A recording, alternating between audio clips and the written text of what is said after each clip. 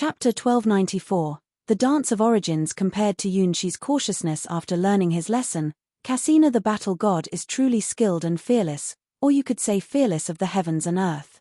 To let Ouroboros recover its strength as soon as possible, Cassina the battle god is determined to activate divination on her disciple.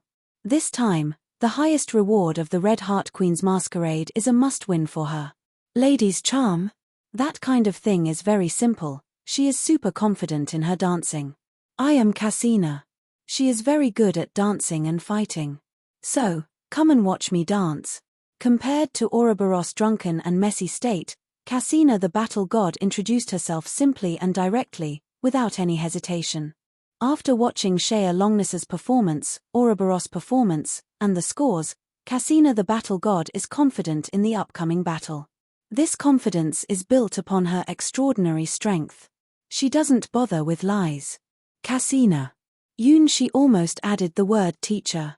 The more benefits Yunshi gains from the seed of the battle god, the more he understands the teacher's power.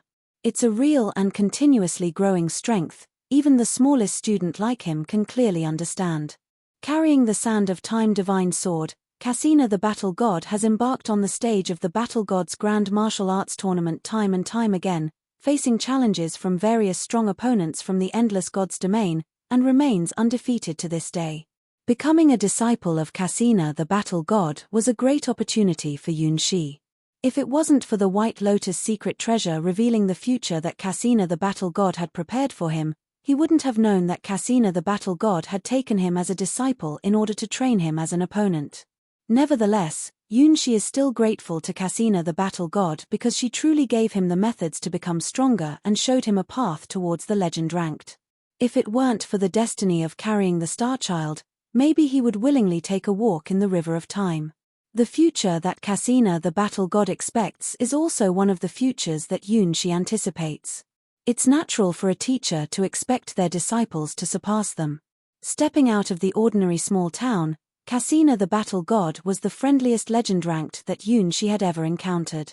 Despite being a battle god, she gets along with everyone and doesn't care about her lofty status or have any prejudices regarding race or background. She even becomes friends with Ouroboros.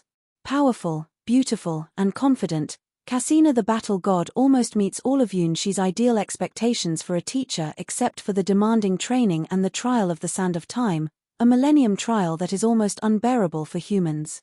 In the future shown by the White Lotus secret treasure, there is a moment when Yunshi is deeply immersed and delighted as he dances in the sky with Cassina the battle god, using their divine technique, the magnificence of sky dance. Yunshi couldn't even imagine that he would meet his teacher again in this place, at this moment. Cassina the battle god raised her left hand gently and placed her right hand on her waist, striking a pose for the performance. She performed the action with great skill, as it was one of Cassina the battle god's specialties. Before becoming the battle god, she was the top dancer in a traveling troupe. Her long legs were different from Shea Longness's delicate and slender beauty. Instead, they were strong and muscular, with powerful lines and a pair of long legs full of soft elasticity. Along with her muscular legs, Cassina the battle god had a beautifully curved buttocks that were firm and raised to the extent that it captivated people's attention, resembling the curves of a stunningly slender-necked bottle. From her thighs to her calves, her whole body exuded a sense of strong and healthy beauty, without any excess fat. Her sandy brown skin emitted a sun-like glow, with every pore and inch of skin silently radiating the vitality of sunlight. Sha, sha, sha. The entire desert seemed to respond to Cassina the battle god's aura, producing a rhythmic and exhilarating sound.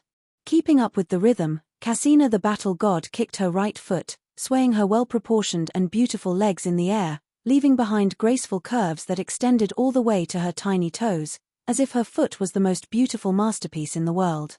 The foot bracelet carved with golden sand dune patterns produced a crisp and pleasing sound as Cassina the battle god moved. This special accessory was a musical instrument that only top dancers could control.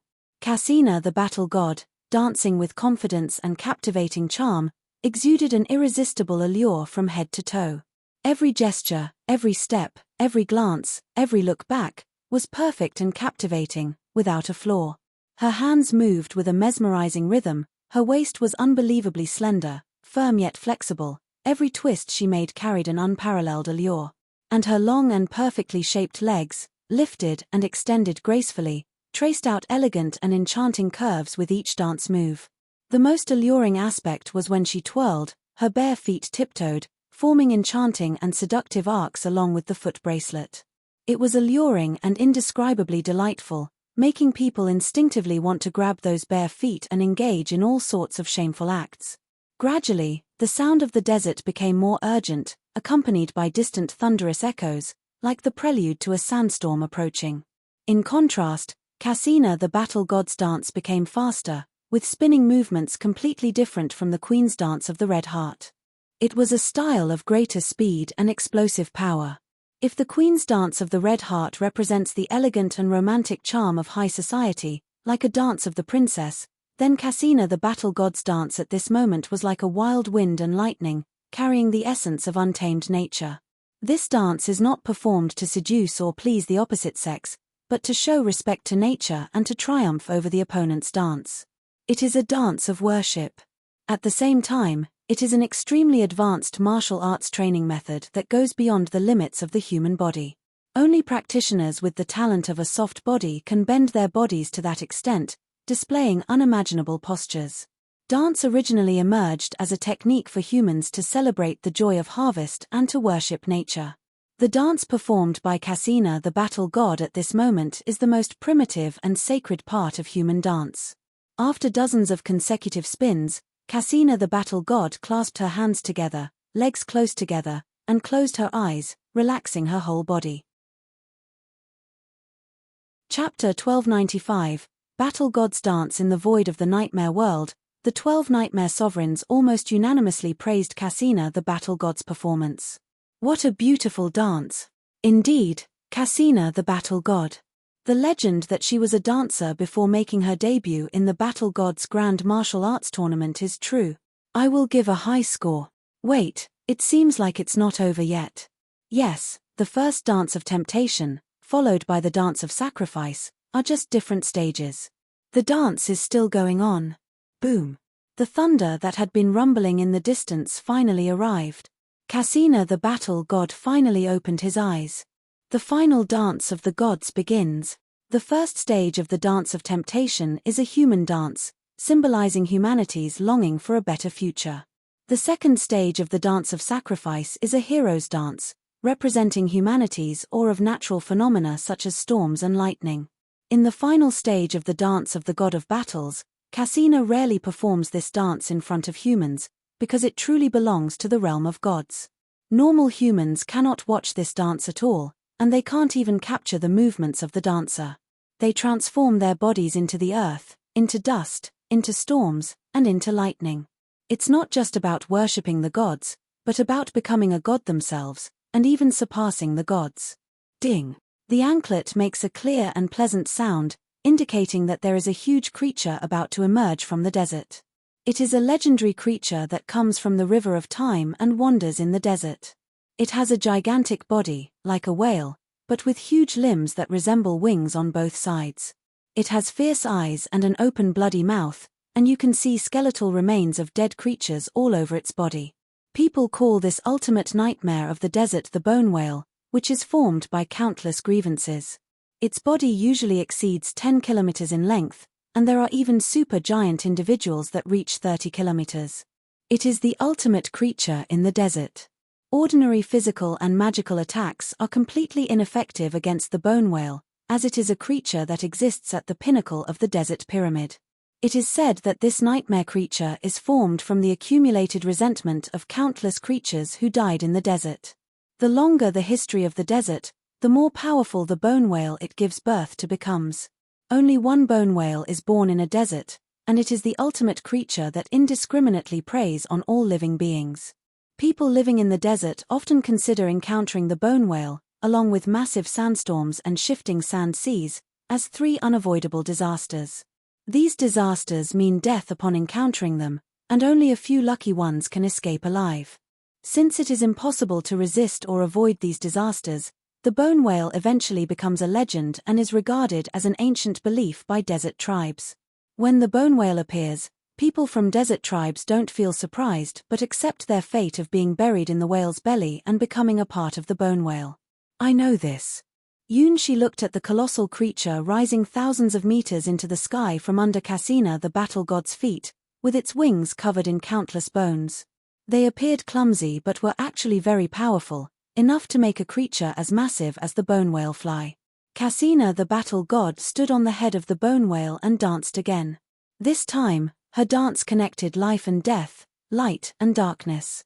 Countless flashes of lightning fell, surrounding Cassina the battle god and creating an ocean of lightning. The sound echoed between heaven and earth, and Cassina the battle god's movements became incredibly strong and powerful. Riding on a strong wind. Stepping on electrifying light. Even the nightmares of the desert willingly became stepping stones. Yunshi finally saw the real Cassina the battle god. She was a dancer, a beautiful lady skilled in dancing. She was a battle god, capable of breaking the rules of the world, freely displaying her power as a legend. Every time she waved her hand, it brought forth countless storms and thunder. The earth couldn't contain her footsteps, and the sky was not her limit. The pebbles of the river of time created splashes because of her. This kind of dance is truly a divine skill, something that even Yunshi couldn't fully comprehend in his depiction of the future in the White Lotus Secret Treasure. It belonged to Cassina the battle god's divine dance. With one's own strength, one can unleash and control the power of natural rules between heaven and earth. The barrier between rigid and soft bodies no longer existed in her. Lifting her hand, she gathered the power of millions of thunderbolts in her palm, then clenched it into a fist and lightly struck. Buzz, buzz, buzz. In the world, only the dazzling purple lightning remained. It was a unique skill of Yunshi's, the ability to freely control the power of lightning at his fingertips. After releasing the power of thunderbolts, Cassina the battle god once again reversed her other palm, closed it, and clapped. Countless snowflakes fell from the sky, as if the temperature in the air had suddenly dropped to a terrifying number. A huge ice crystal fell from the sky and stood next to Yunshi, right where the lightning strike had passed. Then, Cassina the battle god dropped down with both hands and kicked towards the sky, leaving behind a mysterious trail. A massive blaze shot up into the sky, forming a fiery pillar that connected the heavens and the earth, marking the true end of the battle god's dance that shook the world. Such a performance could not be shown in places where humans lived. It was a dance that Cassina the battle god had mastered only after entering the realm of gods. It symbolized the miracle of humans surpassing the laws of the world and harnessing the power of the gods with their own bodies. The entire dance was a divine technique that required perfect mastery of both rigid and soft bodies. Only then could it summon storms, thunder, and even resonate with the dominion over bone whales. If the bone whale was the ruler of the desert, devouring all intelligent beings' dreams, then Cassina the battle god was a divine being beyond the desert lands, even capable of taming bone whales. In the river of time within the divine sword Sand of Time, there was a colossal bone whale being nurtured by Cassina the battle god. Its size matched the legendary individual that exceeded 30 kilometers. It even had a chance for advancement to the legend ranked in the future. Of course, Cassina the battle god didn't need this bone whale for battle. It was merely a memento and means of transportation, left behind after she defeated the supreme ruler who once reigned in the desert where she was born. Also works as a dance companion, occasionally shout and perform some ball tricks. Do you still like my dancing? After the long-awaited battle god's dance performance, Cassina the battle god smiled and looked at Yunshi, who was stunned. Yunshi stretched out his hands and clapped hard, only this way he could express his admiration and respect for Cassina the battle god in front of him. Yes, teacher, this dance is amazing. You truly defeated the desert, conquered nightmares, proving yourself to be the strongest one, the great Cassina the battle god. Chapter 1296, Breaking the Record Score. The enormous bone whale completed its mission with a loud roar, sinking into the gravel and leaving behind a massive whirlpool. Cassina the battle god's performance ended here. Clap, clap, clap. Not only did Yunshi give heartfelt applause, but the 12 sovereigns in the void also applauded. 8 points. The incredibly high score, rarely seen in the history of Red Heart Queen's masquerade, was the best reward for Cassina the battle god. 7 points. 7 points. 7 points. 8 points. With the rating standards of the 12 Nightmare Sovereigns, there were no low scores. A score of 6 points was considered excellent, 7 points indicated an extremely impressive performance, and 8 points was the highest score that had only appeared a few times in the history of the ball. Remove the highest and lowest scores, then add together the scores from the middle 10 judges. Cassina the battle god got a score of 71. This means that 7 judges gave a score of 7, and 1 judge gave a score of 8, which counted towards the final score. 71 points, breaking the previous record for the Red Heart Queen's masquerade. This record was previously held by Dusk, which Flora with a score of 69. Now, Cassina the battle god's 71 points become the new record for the Red Heart Queen's masquerade. Oh, Cassina, well done.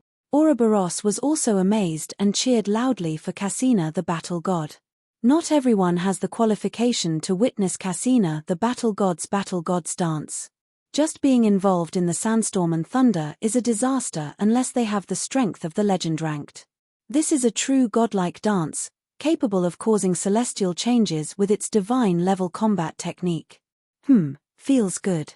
Cassina the battle god, back at the table, drank a glass of wine but had a hint of confusion in their eyes. Actually, she didn't plan to show the final battle god's dance. The first stage temptation dance and the second stage sacrificial dance were enough to show her ladylike side, and the expected performance ended there. The third stage, battle god's dance, was actually beyond what was expected. It wasn't a dance for others to watch, but a dance to surpass limits and practice.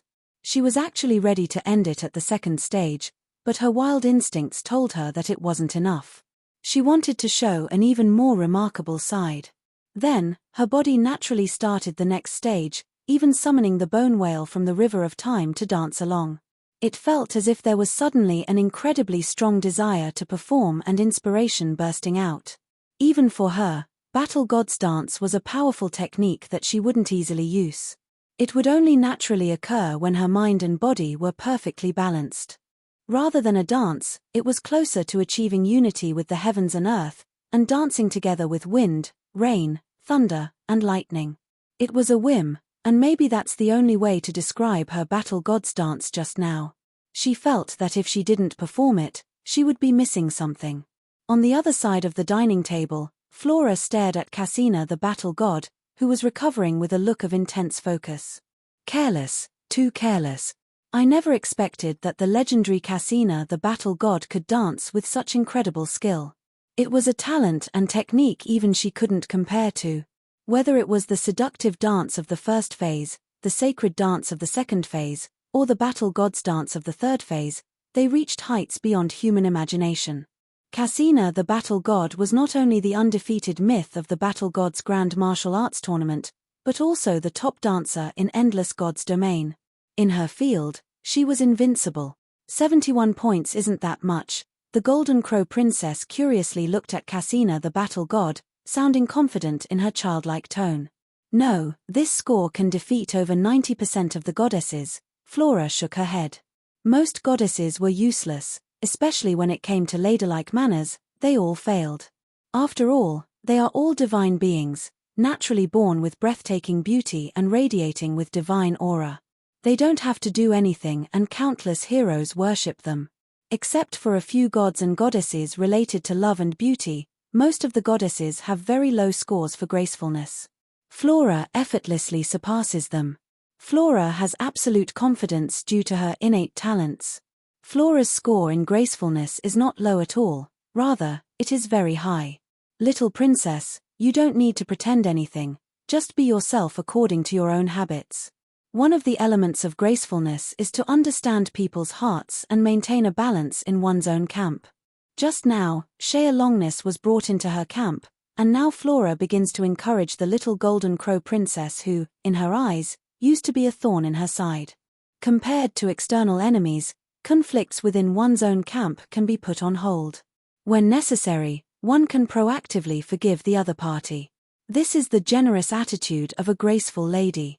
Even for competitive opponents, making one's own camp stronger is beneficial. In this Red Heart Queen's masquerade, it was obviously divided into two camps. She belonged to the same camp as the senior, including the Golden Crow Princess, Cyber Elf Alpha, and Shea Longness. The other camp included Cassina the Battle God, Ouroboros, and Lilibet. Flora believed that the camp she was in would definitely win, or more accurately, it would be Flora herself. Even if Cassina the Battle God achieved the highest score in the history of Red Heart Queen's masquerade, Flora had the confidence to surpass her. Today, she is different from her past self who participated in the ladies' stage. When she encountered the senior, she already understood what she was lacking and what she was longing for. For the senior, she must win in this battle of Red Heart Queen's masquerade. I'll go right away. The Golden Crow Princess raised her hand voluntarily, requesting to make her appearance. The 12 Nightmare Sovereigns hesitated for a moment in the void, and indeed showed this favor to the little Golden Crow Princess. The order of the lady's stage appearance was originally completely random, but who called the little Golden Crow Princess a special guest? The person behind her really doted on her child. Even this dangerous dance party was just a social occasion for her, as a legendary lady. She was the only participant who was certain that even if she failed, there would be no punishment. She was a privileged player. However, despite the favor, the judges would not show mercy when it came to scoring. This was something that even the god-slaying Sky Sword, who broke the game rules, could not achieve. Despite being special, the scores of the ladies among the 12 Nightmare Sovereigns would absolutely not be modified based on someone's identity. Even if the Creator God personally arrived, they would uphold this principle without wavering. Chapter 1297. The World of the Sun. The Golden Crow Princess, who is required to participate in the war because of her special identity, showed her true nature as the Great Sun Crow as soon as she entered the field. Burning, burning, burning. The earth is burning. The ocean is burning. The sky is burning. Everywhere within sight is surrounded by flames. Countless light and fire spirits rejoice, dance, and show different poses in this endless sea of fire. I knew it. Yunshi looked at the endless world of fire around him. Even a child could guess who had arrived. The mythical bird from Kunlun God's domain. The little princess beloved by the great queen of the West. Even though small, the fantasy creature known as the Great Sun Crow possesses destructive power. She was born as a mythical creature, embodying the concept of the sun. She is a true sunwalker. This ignited world belongs to the Great Sun Crow's field, and will soon become a prototype of a stellar planet. Sunwalker, the embodiment of stellar power, is the sun itself. However, the size, mass, and volume of the sun vary, as does the power of the sunwalker. It is said that the largest stellar concept is billions of times the volume of a standard star and surpasses even the concept of God's domain in the starry world. The world shaped by the Golden Crow Princess is currently only the size of a small sun, illuminating a world. When she grows up, her true form may even be the size of several gods' domains. The young form of the 9th-ranking mythical creature is perhaps a description of the Golden Crow Princess now. Even among the magical creatures that represent the rules of the world, the Golden Crow is incredibly powerful, belonging to the highest class at the top of the pyramid. In comparison, the Golden Crow Princess hasn't even been born yet, and she already seems capable of effortlessly defeating Ouroboros. She was born powerful and noble, unable to be born in a normal way. Only through the existence of the Western Queen Mother, who possesses the concept of nurturing all things, could such a special being be born. The Sky Sword warriors in the Sky Sword God's domain achieved the title of Godslayer when they entered the 9th rank, establishing themselves as the strongest. The Golden Crow Princess doesn't need to do such things. She herself is a magical creature with the highest concept, and as long as she can grow to maturity, she can soar above the 33 heavens of Kunlun God's domain, overlooking all living beings and illuminating everything. The concept of the sun in Kunlun God's domain is much more than just the core of a god's domain. The entire Kunlun God's domain contains many complex and fragmented special realms, making it the unique fantasy god's domain within the entire Eastern God's domain. Many powerful magical creatures reside there, most of them being creatures conceived by the Western Queen Mother. It is said that the concentration of spiritual energy in the entire Kunlun is at the level of an immortal world, to the extent that even ordinary people living there can move mountains, travel thousands of miles in a day. Some of them, referred to as heroes, dare to challenge the mighty magical creatures high above them, becoming monsters that people living in the endless God's domain could never imagine. Look, isn't it beautiful? It's the world I love. The Golden Crow Princess spread her small golden red wings behind her and flew confidently in front of the faceless god. This world looks very simple. She gently reminded the Golden Crow Princess about some rules that Sunwalker needed to follow. The most important thing is that you must never release your powers easily. Unlike the rules mastered by other fantasy species, once Sunwalker, who builds their own light furnace, releases even a tiny bit of their power, it will cause terrifying consequences for the world below. Most other occupations evolve step by step from various basic occupations, and even until the legend ranked, there are corresponding ways to control their own powers. That's why even powerful beings like Casina the battle god can freely roam the earth. Only the Sunwalker profession, once it appears, is considered world-ending. Even if the power is suppressed to the lowest limit, it will cause irreversible disasters. Unfortunately, most Sunwalkers are not very skilled at power control. It is not a profession known for precise control. From the moment a Sunwalker is born, it becomes a grand feast for the light and fire spirits. These elemental spirits dance freely around the Sunwalker. Compared to the phenomena caused by a Sunwalker, a nuclear explosion is just a small spark. A typical coronal eruption of the Sun embodied by Sunwalker has a circumference of about 40,000 kilometers, with over 70% of its surface being ocean, hundreds of times larger than a small god's domain. The released energy can completely melt the crust of a small god's domain and ignite its core. That means, even if Sunwalker doesn't do anything, just by showing a simple movement, it will destroy a whole world. The little Golden Crow Princess is not at that stage yet, simply because she is still too young. She hasn't even come out of the egg. Even so, with the help of Yunshi's light furnace, it would be a piece of cake for her to burn down a world. Sunwalker is so unreasonable and domineering, it's terrifyingly powerful at the legend ranked. As long as it's burning, it's beautiful, isn't it? The Golden Crow Princess, being a natural-born Sunwalker, really enjoys this burning world. By tapping into a bit of power from the light furnace, she can easily create a world like this and eventually turn it into a small sun. It's her innate talent. Others can't come into this kind of world. Although Yunshi awakened his Starchild's memories, he couldn't fully grasp the power of a Sunwalker.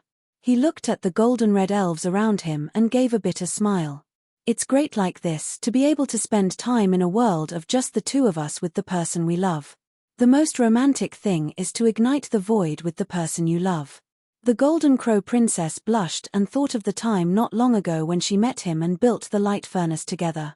That must be destiny. Sunwalker, it's best to be with Sunwalker, a world of pure light and fire when the two are together.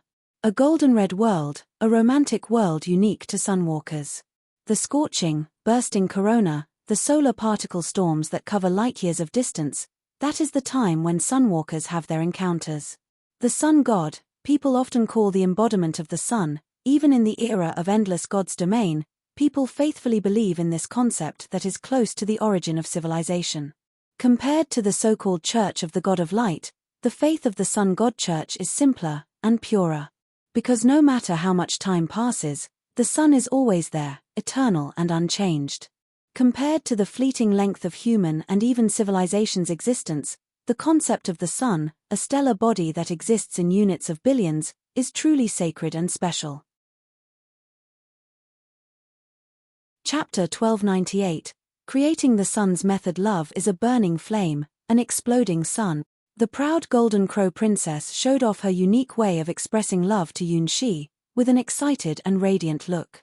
She didn't know why, but whenever she was with the silver-haired big sister in front of her, her mood and body felt especially active. It's irresistible, I want to burn, burn, burn.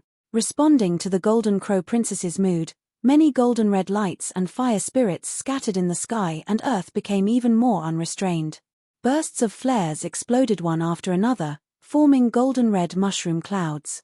If the mags in Sia's world saw this, they would probably go completely crazy. This astronomical phenomenon is thousands of times the scale of the nuclear explosion forbidden spell. If a flare like this bursts on the land of Sia's world, it's afraid that an area of millions of miles will turn into scorched earth. This is based on the fact that the essence of Sia's world is the corpse of the legend-ranked Leviathan, the Sky Beast. In a weaker god's domain, the energy from one flare explosion can wipe out the entire human population of God's domain. It really is reckless. Yunshi looked silently at the flare explosion created by the Golden Crow Princess. Compared to this explosion, the impact caused by his landing in Sia's world was truly insignificant. The legend ranked is just so unreasonable. Even within the seemingly small body of the Golden Crow Princess, it contains the power to destroy the heavens and the earth. The Golden Crow Princess can use the same light furnace to create a powerful force, while Yunshi can only use it to toast bread. However, Yunshi is familiar with this power. In the future depicted by the White Lotus secret treasure, he has also mastered this exact same power.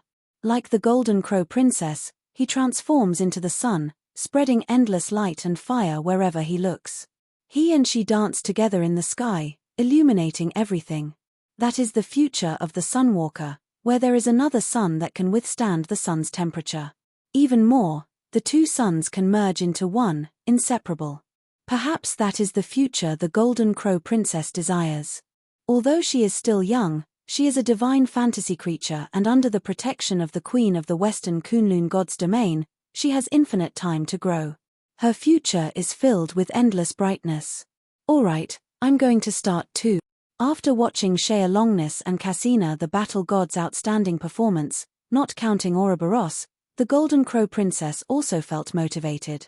Show your best side to achieve high scores. The Golden Crow Princess prepared her own trump card. Big sister, fly with me. The Golden Crow Princess summoned the light furnace, a symbol of love, and held the hand of the faceless god. She spread her enormous golden-red flame wings and soared into the sky. Countless light and fire spirits gathered from all directions, responding to the joyful heart of the Golden Crow Princess. They began to dance and sing a song that only the spirits could understand. It was not any language that could be written or accumulated, but a direct connection to the heavens and earth. It triggered changes in the world's rules through the language of the spirits. The sky was burning. The earth is burning. The ocean is burning. Everything, all of it, is catching fire. The whole world has entered its final fusion state, where all matter begins to transform towards something more extraordinary. This is the final composition of the world's destruction, as well as the prelude to the birth of the sun. The Golden Crow Princess's greatest pride lies in her ability to create the sun, and this is what she wants to show. The entire world serves as a tool to demonstrate this process. Sunwalker destroys the world, but at the same time, creates a new way of life. The world, covered in the fire of the sun, will transform from its destruction into a new sun that illuminates and affects the surrounding world. What Sunwalker brings is not only death, but also rebirth. The old world, destroyed by flames, still holds hope and light. The Sunwalker's mission is to ignite the dying world and gather its materials to create a new sun.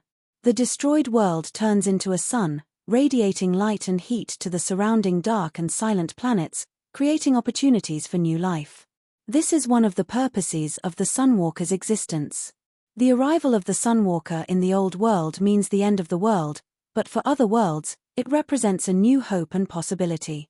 The burning land gradually transforms and forms one enormous blister after another.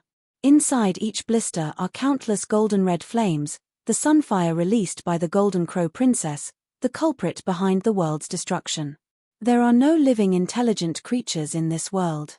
Perhaps traces of civilization appeared long, long ago, but after the long dark years, the entire planet has become silent, with only remnants of cities and debris at the bottom of the sea to prove that beings once inhabited this world.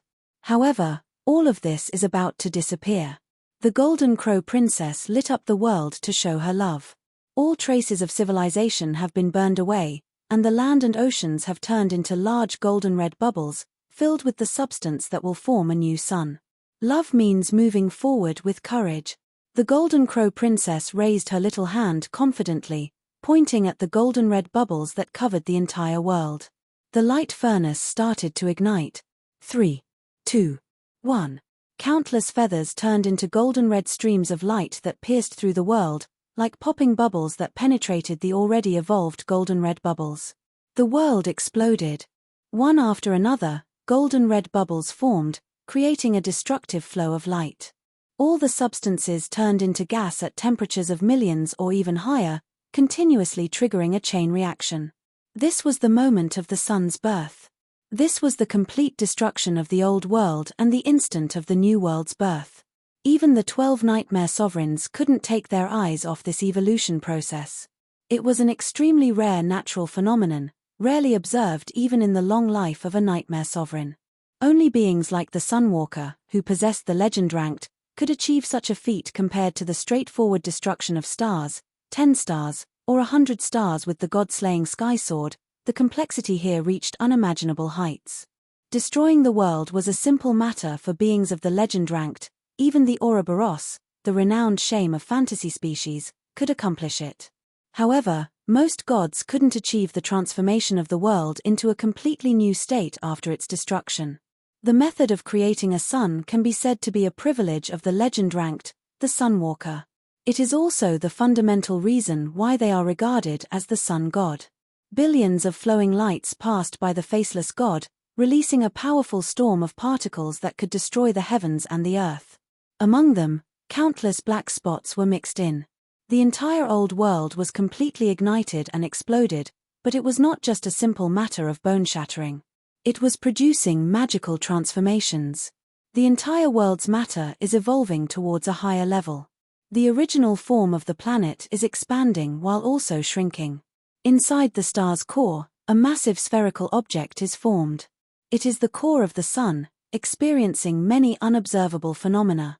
Beyond the sphere of light is the continuously changing chromosphere, where strange needle-like objects occasionally appear. The temperature is more unpredictable than the layer of light, releasing a lot of red light. Lastly, there is the most active and ever-changing corona. Astronomical scale flares and black spot phenomena are happening constantly here. Countless sun particle storms disperse from the corona, releasing into the surrounding dark void. Only a small portion of the energy is needed to give a cold and lifeless world the opportunity to nurture life. Only by understanding the essence of the sun can one truly become the sun and then create suns. The Sunwalker creates the key to the sun, which is called ignition, using a special tool called the light furnace. Only a Sunwalker with the light furnace can truly be called a Sunwalker and possess the true power of the sun. The little golden crow princess, though still quite young, is now a powerful being who can create her own sun, thanks to the token of affection given to her by Yunxi. Even though she is young, she is a legendary fantasy creature that possesses the power of the sun god.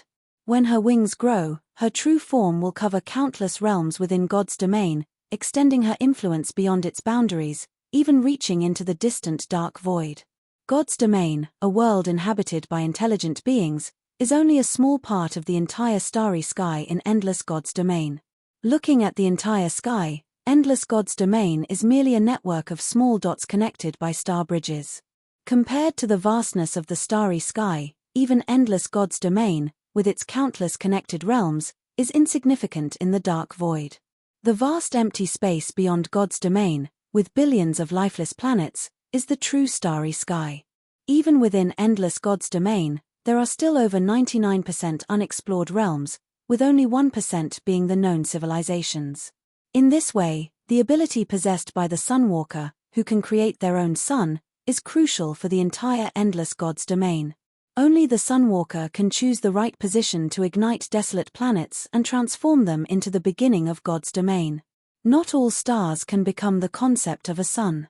Many stars have terrifying activities, with violent and unpredictable particle storms that can kill any living beings below the hero-ranked level. However, the sun created by the Sunwalker can control the power of solar storms within the range that mortals can bear. Compared to searching for suitable planets in the vast and terrifying starry sky, then spending countless resources to transform the planets and finally form God's domain, and also facing the danger of the God's domain's sun running amok at any time and wiping out civilizations with a wave of solar storms, The sun created by the Sunwalker is undoubtedly more stable. At least in terms of the length of human civilization, the sun created by the Sunwalker can be said to be eternal and unchanging. If there is a Sunwalker that transforms themselves into a sun to shine upon all things, then this God's domain will receive the blessing of the Sun God, and the vitality of the entire God's domain will be abundant to an unimaginable extent, without any disasters caused by the sun. Even for a fantasy God's domain like Kunlun God's domain, they also desire such a sun. That's why the Golden Crow Princess is blessed and anticipated by countless fantasy species, even while still in her egg. When she flies up to the 33 heavens, the whole Kunlun God's domain will usher in a new era, a complete transformation, and a flourishing time. The fantasy species and other intelligent beings who live in Kunlun God's domain even had a name for that era, chaos. It will be a completely new and changing era, even though it has not arrived yet. But the powerful fantasy species dwelling at the top of Kunlun have already sensed glimpses of the future. The Golden Crow Princess dances above the 33 heavens, her enormous figure embracing Kunlun. When she opens her eyes, it is daytime. When she closes her eyes, it is nighttime. Gods of water and fire will be born, and giant trees will rise from the ground, connecting the 33 heavens to the human world. Even the humblest humans, as long as they can walk upon that towering giant tree, can also see the scenery of the 33 heavens. A world where humans and gods live together. Semi-divine heroes and legendary fantasy species inhabit the same land in this world. It will give birth to great civilizations and a world of imagination. That world is called chaos, symbolizing the untamed void and the scenery of the beginning of heaven and earth. And the beginning of all this was the birth of the Golden Crow Princess, the arrival of the true sun in Kunlun God's domain. When she broke out of the egg, replacing the current sun in Kunlun God's domain, becoming the true Great Sun Crow, it was the turning point of chaos's birth, the era of transformation for Kunlun God's domain. At this moment, what the Golden Crow Princess showed to Yunxi was the great achievements she would accomplish in the future. Based on the perfect light furnace he gave her, she transformed into a beautiful sun. Although it's still a speculation, this sun is far from the ideal image of the Golden Crow Princess, but everything will start from here. What she performed for Yunxi was the fate and origin of a world. It's truly a great power. Even though he wouldn't choose the path of a sunwalker for a certain reason, Yunxi was still fascinated by the great power displayed by the Golden Crow Princess. He vaguely felt that he had formed an inexplicable bond with such power. Perhaps, in some future, he would also possess such power, the ability to create a sun. The power of a sunwalker doesn't seem unfamiliar to him at all. It seemed like a very long time ago, he had the power to create such a perfect light furnace for the Golden Crow Princess. Starchild, it should be very easy to become a sunwalker. Because the sun itself is part of the stars. Chapter 1299, Fairy's Calculation. Thank you. Standing in the center of the world that had already become a sun, Yunxi sincerely thanked the Golden Crow Princess, who was showing her most beautiful side. This kind of scenery is very precious and rare. It guided Yunxi on a path to the legend ranked, although it also depended on Yunxi and the path itself, he still greatly benefited from it.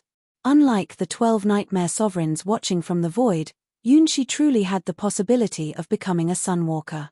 After watching the Golden Crow Princess's performance, the nightmare sovereigns might just reminisce for a while, but for Yunxi, this was a clearer and more intuitive path to the essence of the world than the White Lotus secret treasure revealed. The young Golden Crow Princess showed her true self completely, without holding back.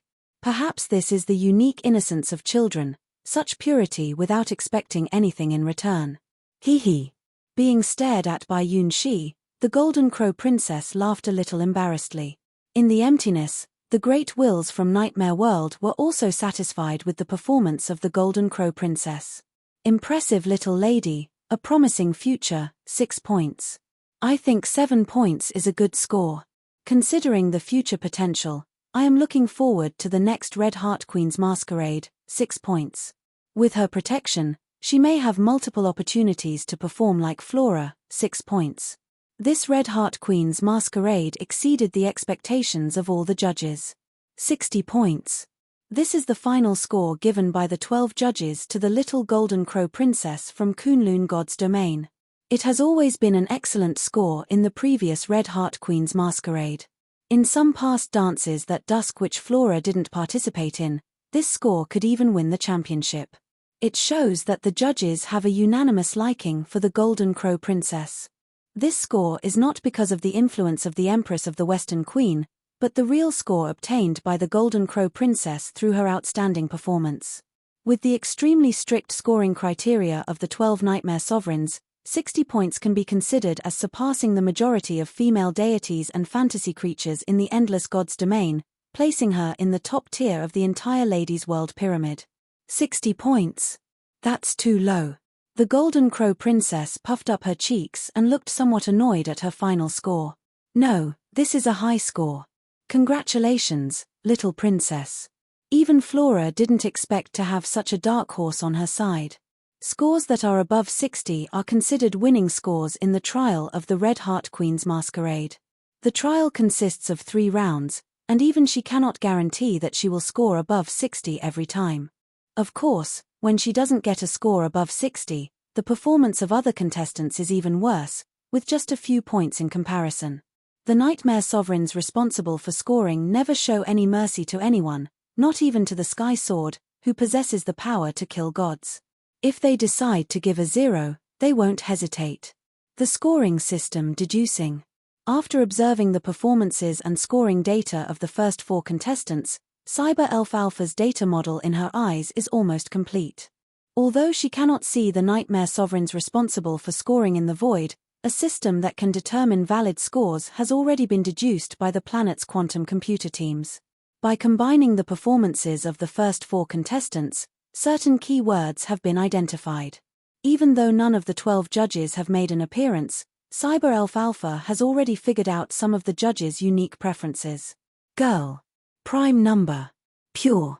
Charm. Long legs. Truly for you. Freedom. Maybe even the 12 Nightmare Sovereigns couldn't imagine that in such a short time, Cyber Elf Alpha had created a series of mathematical models for the 12 of them, and had performed millions of simulations in the virtual realm of numbers for her upcoming actions. The computing power is thousands or even hundreds of times beyond the normal legend ranked. That's how terrifying it is. The pillar of light appeared again, randomly flashing above the heads of the remaining 3 people, and finally selected Cyber Elf Alpha. A 1/3 probability, which was not unexpected for Cyber Elf Alpha. Alpha appears. In less than 10 seconds, Cyber Elf Alpha calculated her performance direction hundreds of times and then stepped onto the elegant ladies' stage. This time, the scenery that appeared in front of Yoon she was very, very familiar, the stage of the endless starry sky. This is the battlefield of the wise in Endless God's domain.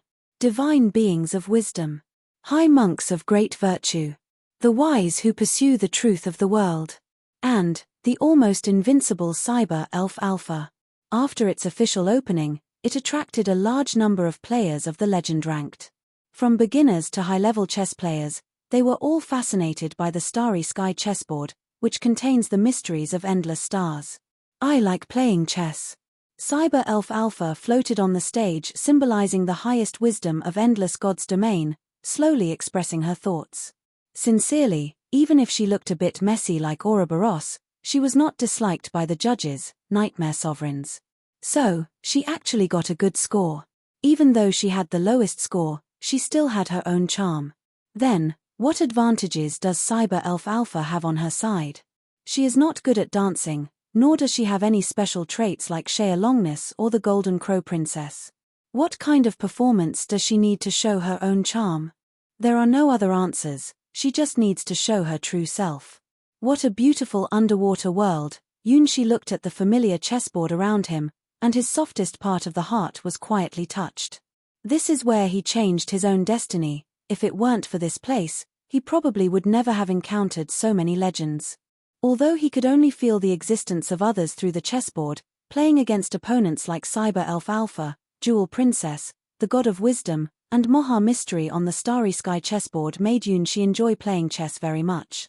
In this world, Cyber Elf Alpha is the person he feels closest to, and he always has a happy time playing chess with her.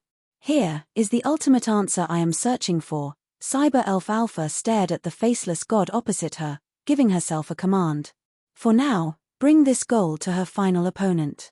The mysterious enemy on the starry sky chessboard, who appeared and disappeared without a trace, and even she couldn't find any useful information about him, a cloud in the sky. Although this deduction is incorrect, it doesn't matter. All she needs is a virtual set of instructions. Chapter 1300. The Fairy's Confession. With this set of instructions as a premise, she can show her true self. At the same time, it can also be an outstanding deduction, not in a virtual world, but in the real world. If it were the real world, what would her final enemy, a cloud in the sky, say? What kind of expression would they show? Even after countless deductions in the virtual world with the teams of planet quantum computers, this is still a question without a correct answer. From the moment I was born, I have been searching for a stage, a goal. The starry sky chessboard is the ultimate answer, a stage filled with endless mysteries. Even I cannot calculate the ultimate solution of the starry sky chess. Every game of starry sky chess has countless possibilities, and no legend ranked can figure out the unknown developments correctly. That's why I enjoy playing chess. I prefer the battles on the chessboard rather than the intrigues of humans. Cyber Elf Alpha looked at the faceless god and smiled gently, revealing her true self. Compared to the battles among the human galaxy elites, the fights on the starry sky chessboard are even more challenging than the famous Nine Men's Morris game. Compared to the intense battle against a cloud in the sky, where I had to overclock and burn more than half of the quantum computers of all the planets just to find a winning equation, suppressing humans and ruling over the entire mechanical god's domain is simply an easy task for Cyber Elf Alpha, like a little game. The mechanical god's domain has never witnessed the birth of a true legend ranked. It cannot comprehend Cyber Elf Alpha's immense power. As a scientific and imaginative deity born from the mechanical god's domain, Cyber Elf Alpha has been the ultimate existence since her birth. If she wishes to crush humanity with force, a mere snap of her fingers would bring about the destruction of human civilization. The reason she has not done so is that, in a certain sense, the humans in the mechanical god's domain are also considered her creators. However, they are far behind fairies and alchemical warlocks in the hierarchy. Without the god crystals provided by the fairies or the alpha star transformed by the alchemical warlocks, the birth of a legend ranked in mechanical god's domain with its unique civilization characteristics is nearly impossible. Look, isn't this chessboard interesting? Cyber Elf Alpha's mood became unusually lively as she incorporated the faceless god into the mysterious a cloud in the sky for which no concrete information can be found. As the ultimate imagination of science in the mechanical god's domain, Cyber Elf Alpha is the perfect concept in scientific theory and possesses infinite computing power. What she pursues is the ultimate truth of the world and the answer to countless unsolved mysteries. The intelligent beings in the mechanical god's domain long to know these answers, but as humans with short lives, they are unable to come close to them. Compared to the vastness of the starry sky and the existence of planets spanning billions of years, the history of the mechanical god's domain is incredibly insignificant. If it weren't for the star bridge connecting to mechanical god's domain, the humans in mechanical god's domain would have thought they were the only intelligent beings in the sky, even calling themselves the noble beings of the stars and believing that they represented the highest truth of science. Only after coming into contact with the vast civilization of endless god's domain did the humans of mechanical god's domain realize that they were not alone in the sky, and not even powerful. Previously considered only fictional gods in stories and religions, they actually existed in other gods' domains. There are creatures in the sky that cannot be harmed by nuclear bombs or any known concept weapons, and they are everywhere. Even the seemingly simple star bridge system is filled with countless mysteries when analyzed. It is simply not scientific at all.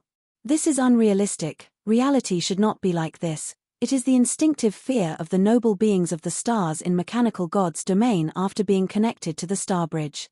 For this reason, they spare no effort in closed-door training and isolate all external factors in order to conceal these news and prevent people from seeing the true side of endless god's domain. Mechanical god's domain, with the goal of pursuing truth, ironically excludes the progress of foreign civilizations and starts closed-door training. However, Just like a suppressed volcano that eventually erupts, the proud and decayed noble beings of the stars are ultimately defeated by the progress of civilization. Cyber Elf Alpha's birth seemed like a closed-door training for the noble families of the Star River, aiming to create an absolute power. But in essence, it represents a more advanced and higher-dimensional civilization. This is not by chance. Legend rank Mechanical God's domain has never given birth to a cyber elf like Ul that is truly powerful. It takes a lot of coincidence and miracles to come into existence. Similar experiments have been conducted countless times by the long-lived fairy clan, but only in Mechanical God's domain have they succeeded. Because she is the future that Mechanical God's domain desires, a great existence that those foolish noble families of the Star River cannot even imagine. Playing chess is a very, very joyful thing.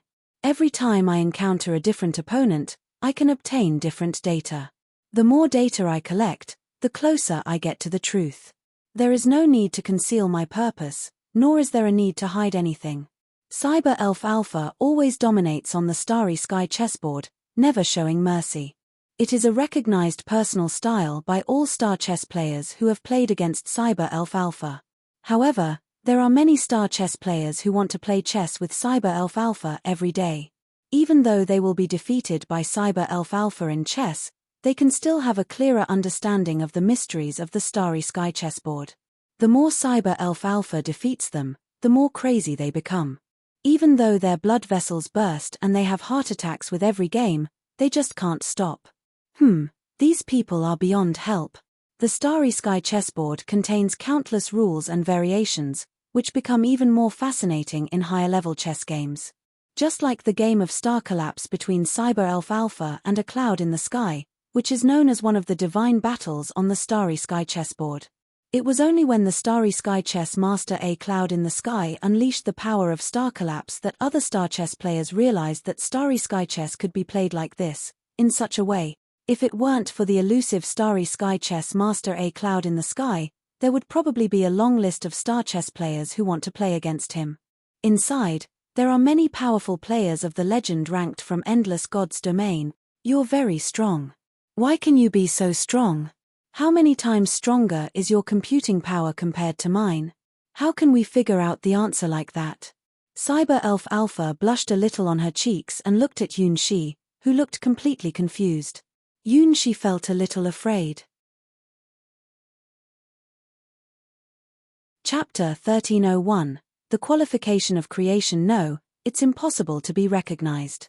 In the whole Endless God's domain, the only people who know the true identity of a cloud in the sky are Yun Shi himself, teacher Cassina the battle god who lent him the identity to participate, and guardian Lilibet from the Sky Tower. Even though Yun Shi later mysteriously entered the world of Mechanical God's domain, disguised his identity to solve the problem in Mechanical God's domain, and acted as a bridge between Cyber Elf Alpha and humans, he only exposed the identity of a cloud in the sky. So, who is Cyber Elf Alpha talking to? Starry sky chess. It's a very strange phenomenon. Cyber Elf Alpha didn't explain it, nor did she need to. All she wanted to do was express her thoughts in her heart. Or, it can also be called a kind of pre-exercise.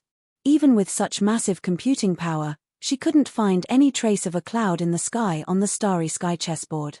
The mysterious starry sky chess master, just like the code name A Cloud in the Sky, is elusive.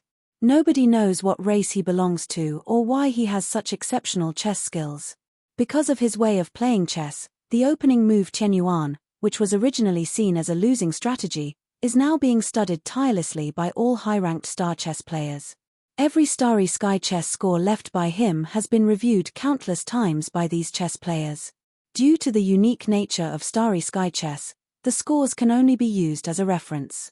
Unless you actually play the game, you can't truly feel the ever-changing situation on the chessboard. When newcomers look at the starry sky chess master's scores, it feels completely different from looking at Cyber Elf Alpha's scores. Cyber Elf Alpha's scores are decisive, fierce, and unmatched in their offensive and killing moves. Unless you're playing against the starry sky chess master, you'll almost always be slaughtered with overwhelming superiority.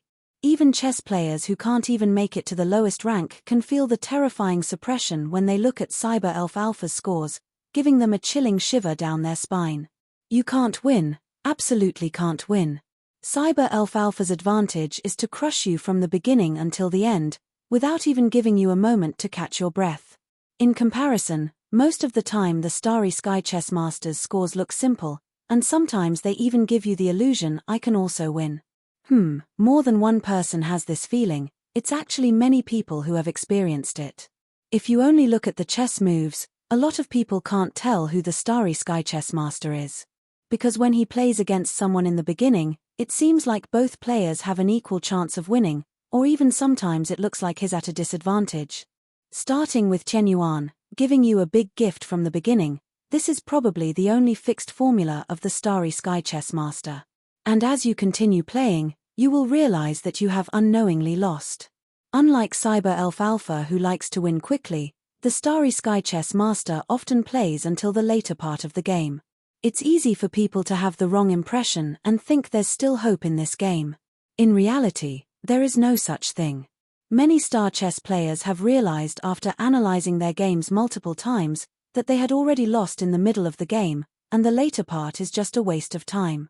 You won't even realize how you lost when playing against him. That's the style of the Starry Sky Chess Master. Only in a very small number of games, to be exact, those few games played against Cyber Elf Alpha, the Starry Sky Chess Master shows his truly terrifying side. It's not that he can't attack, it's just not necessary to do so. Only crazy moves, like those of Cyber Elf Alpha, can truly draw out the power of the Starry Sky Chess Master, and let other star chess players who haven't reached this level see a glimpse of the true strength of the Starry Sky Chess.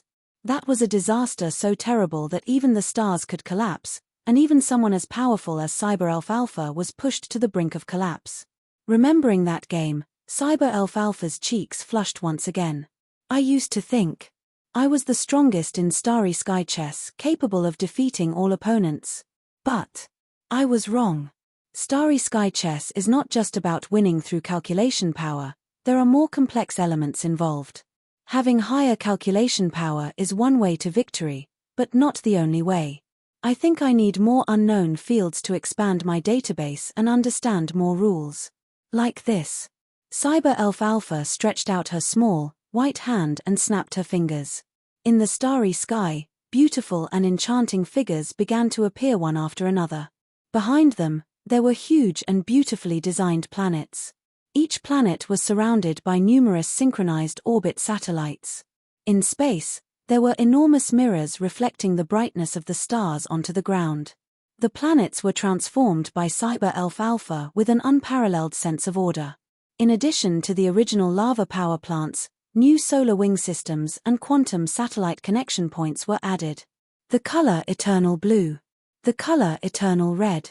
The color eternal green.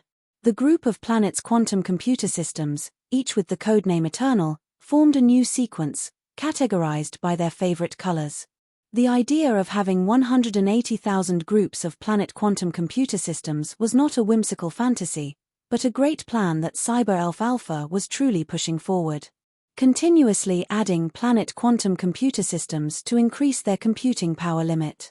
Improve your algorithm, get rid of old algorithm programs, and update more rules yourself. Increase the productivity of Mechanical God's domain, open up trade channels, and communicate with other gods' domains. Every day after Cyber Elf Alpha was born, Mechanical God's domain was changing, and it is no exaggeration to describe it as a complete transformation. And all of this is for that ultimate goal, including participating in the Red Heart Queen's masquerade this time. Do you see? This is hope. It's the future I've been expecting. It's not completely built yet, but soon enough, this scenery will definitely appear. Cyber Elf Alpha's fingertips touched the image of countless quantum computers connected together. Countless data danced at her fingertips, no less beautiful than the Golden Crow Princess creating the sun just now. This is the unique beauty of Cyber Elf Alpha. The quantum crystal wings behind her are releasing words that contain the entire rules of Mechanical God's domain. Simple 0 and 1 weave the outline of the whole world, and the meaning contained in it touches the 12 nightmare sovereigns deeply. That is, the talent for creation. Cyber Elf. I have heard that it is a new type of deity. It's truly unexpected, even more terrifying than I imagined. Chapter 1302, Unintended Mistake Perhaps. In terms of sheer destructive and devastating power, Cyber Elf Alpha's fighting ability as the original form ranks second to last in the Red Heart Queen's masquerade. After all, there is a certain fantasy species that brings shame to the bottom. However, her nature is completely different from previous generations of deities. She is the first instantiation of the endless god's domain, represented by calculation and science, the Cyber Elf. Her computing power has already been proven to be hundreds of times greater than the normal legend ranked, and even more frighteningly, she can continue to increase her computing power by expanding the quantum computer arrays of planets. This is something that all previous generations of deities couldn't achieve. Even ancient deities like Norn, the god of wisdom, couldn't simply and rudely infinitely expand their computing power limits. This is Cyber Elf Alpha's privilege, only born in this era, the ultimate fantasy of science brought forth by mechanical god's domain. Abandoning the incredibly powerful body combat ability of the general legend ranked, it continuously absorbs the computational power of the planet's quantum computer groups with the God Crystal as the core and integrates the cores of all the planet's quantum computer groups. This mode is unimaginable for the gods of the old era. Even the fairy clan created by Cyber Elf Alpha cannot predict how far Cyber Elf Alpha can evolve with such continuous expansion. At this moment, what Cyber Elf Alpha is showing as the faceless god is the inevitable future version of her that will be born soon. It can even be called the physical form of Cyber Elf Alpha, the second version. The original Cyber Elf Alpha, the body was only a quantum state life born within the God Crystal, with almost no direct attack power. Everything was an extraordinary god born with computational power as the core. This version of her can be considered the first version. Next, the Star River aristocracy discovered that they couldn't control Cyber Elf Alpha and prepared to destroy her. Cyber Elf Alpha connected and absorbed all the existing planet's quantum computer groups and smoothly cast the Star River aristocracy into history, making it version 1.5. Now, Cyber Elf Alpha calculates, optimizes, and decides to show Yunshi the soon-to-be-released second version based on the entire mechanical god's domain. Gathering all the highest scientific achievements of the mechanical god's domain, almost pushing the limits of the civilization power of the entire mechanical god's domain, remodeling all the planets capable of building quantum computer groups, forming an array of planet-sized quantum computer groups on the scale of God's domain. There is no need to hide anything. It's not a secret conspiracy, but a huge plan that will change the concept of the entire mechanical god's domain. If one god's domain is not enough, then I will continue to expand. This second version is far from Cyber Elf Alpha's limit. It can even be considered just a small update. After all, mechanical god's domain is only this big. Expanding to this second version is the limit. Even the scale of the quantum computer group with 180,000 planets cannot satisfy it. Therefore, Cyber Elf Alpha needs more resources, needs more planets to expand herself. It's not about justice and evil. It's not about light and darkness. Cyber Elf Alpha is neither good nor evil. She is a concept similar to absolute objectivity and neutrality, bred by mechanical god's domain, a highest deity with infinite potential. What she possesses is the ability to create worlds, the aptitude for it. Though it's only potential, reaching that step requires an unknown amount of time and resources, but she truly has this possibility. This is also what the fairies pursue, even willing to sacrifice their lives to seek this answer, a concept of absolute calmness and supremacy.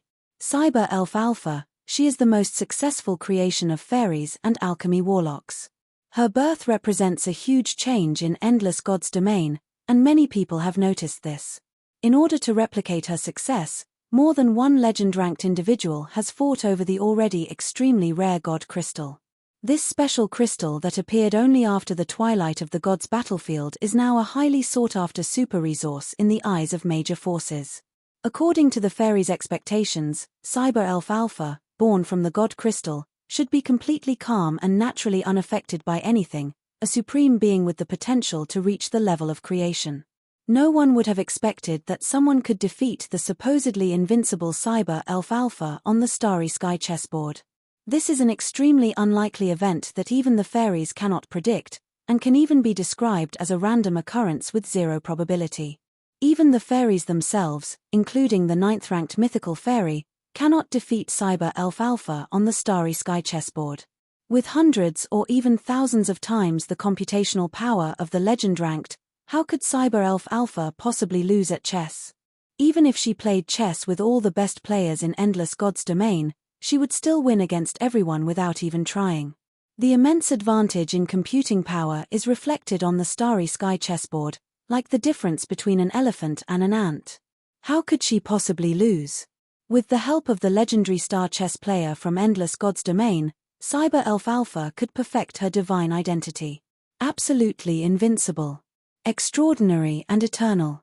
Like the divine words that awakened Cyber Elf Alpha at birth. If I were to disappear from this world, who would know my life's accomplishments? No one can truly know my lost path. My desires move silently and without a trace.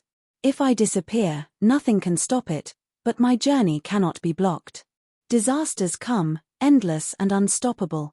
My fears, my tears, convey emptiness in my heart. Dressed in emptiness, all thoughts are grey, and the view is devastated. The gods have perished, dusk approaches, but the radiance will never fade, and I shall remain forever. It was the proclamation of a new era deity born from the relics of the old times, an unknown deity with innate creation talents that Endless God's domain had never seen before. What happens next is Cyber Elf Alpha's journey of enlightenment.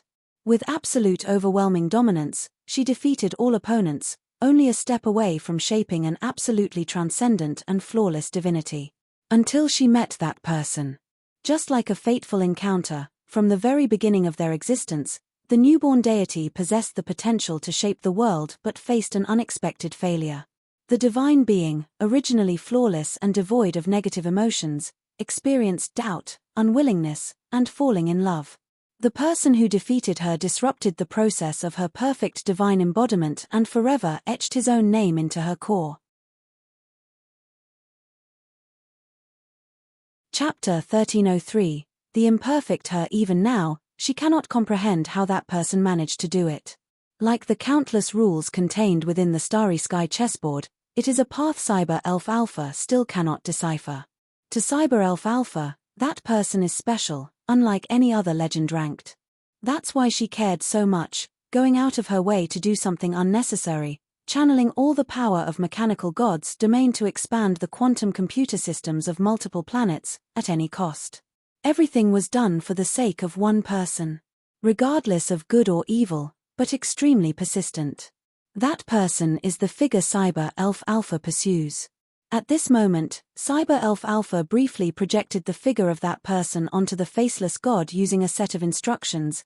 Then, like the Golden Crow Princess, she displayed her own future path. Whether it's hitting the mark accidentally or the all-seeing heaven, this move hit the bullseye. That person, also known as Yun Shi, who goes by the alias A Cloud in the Sky, was startled.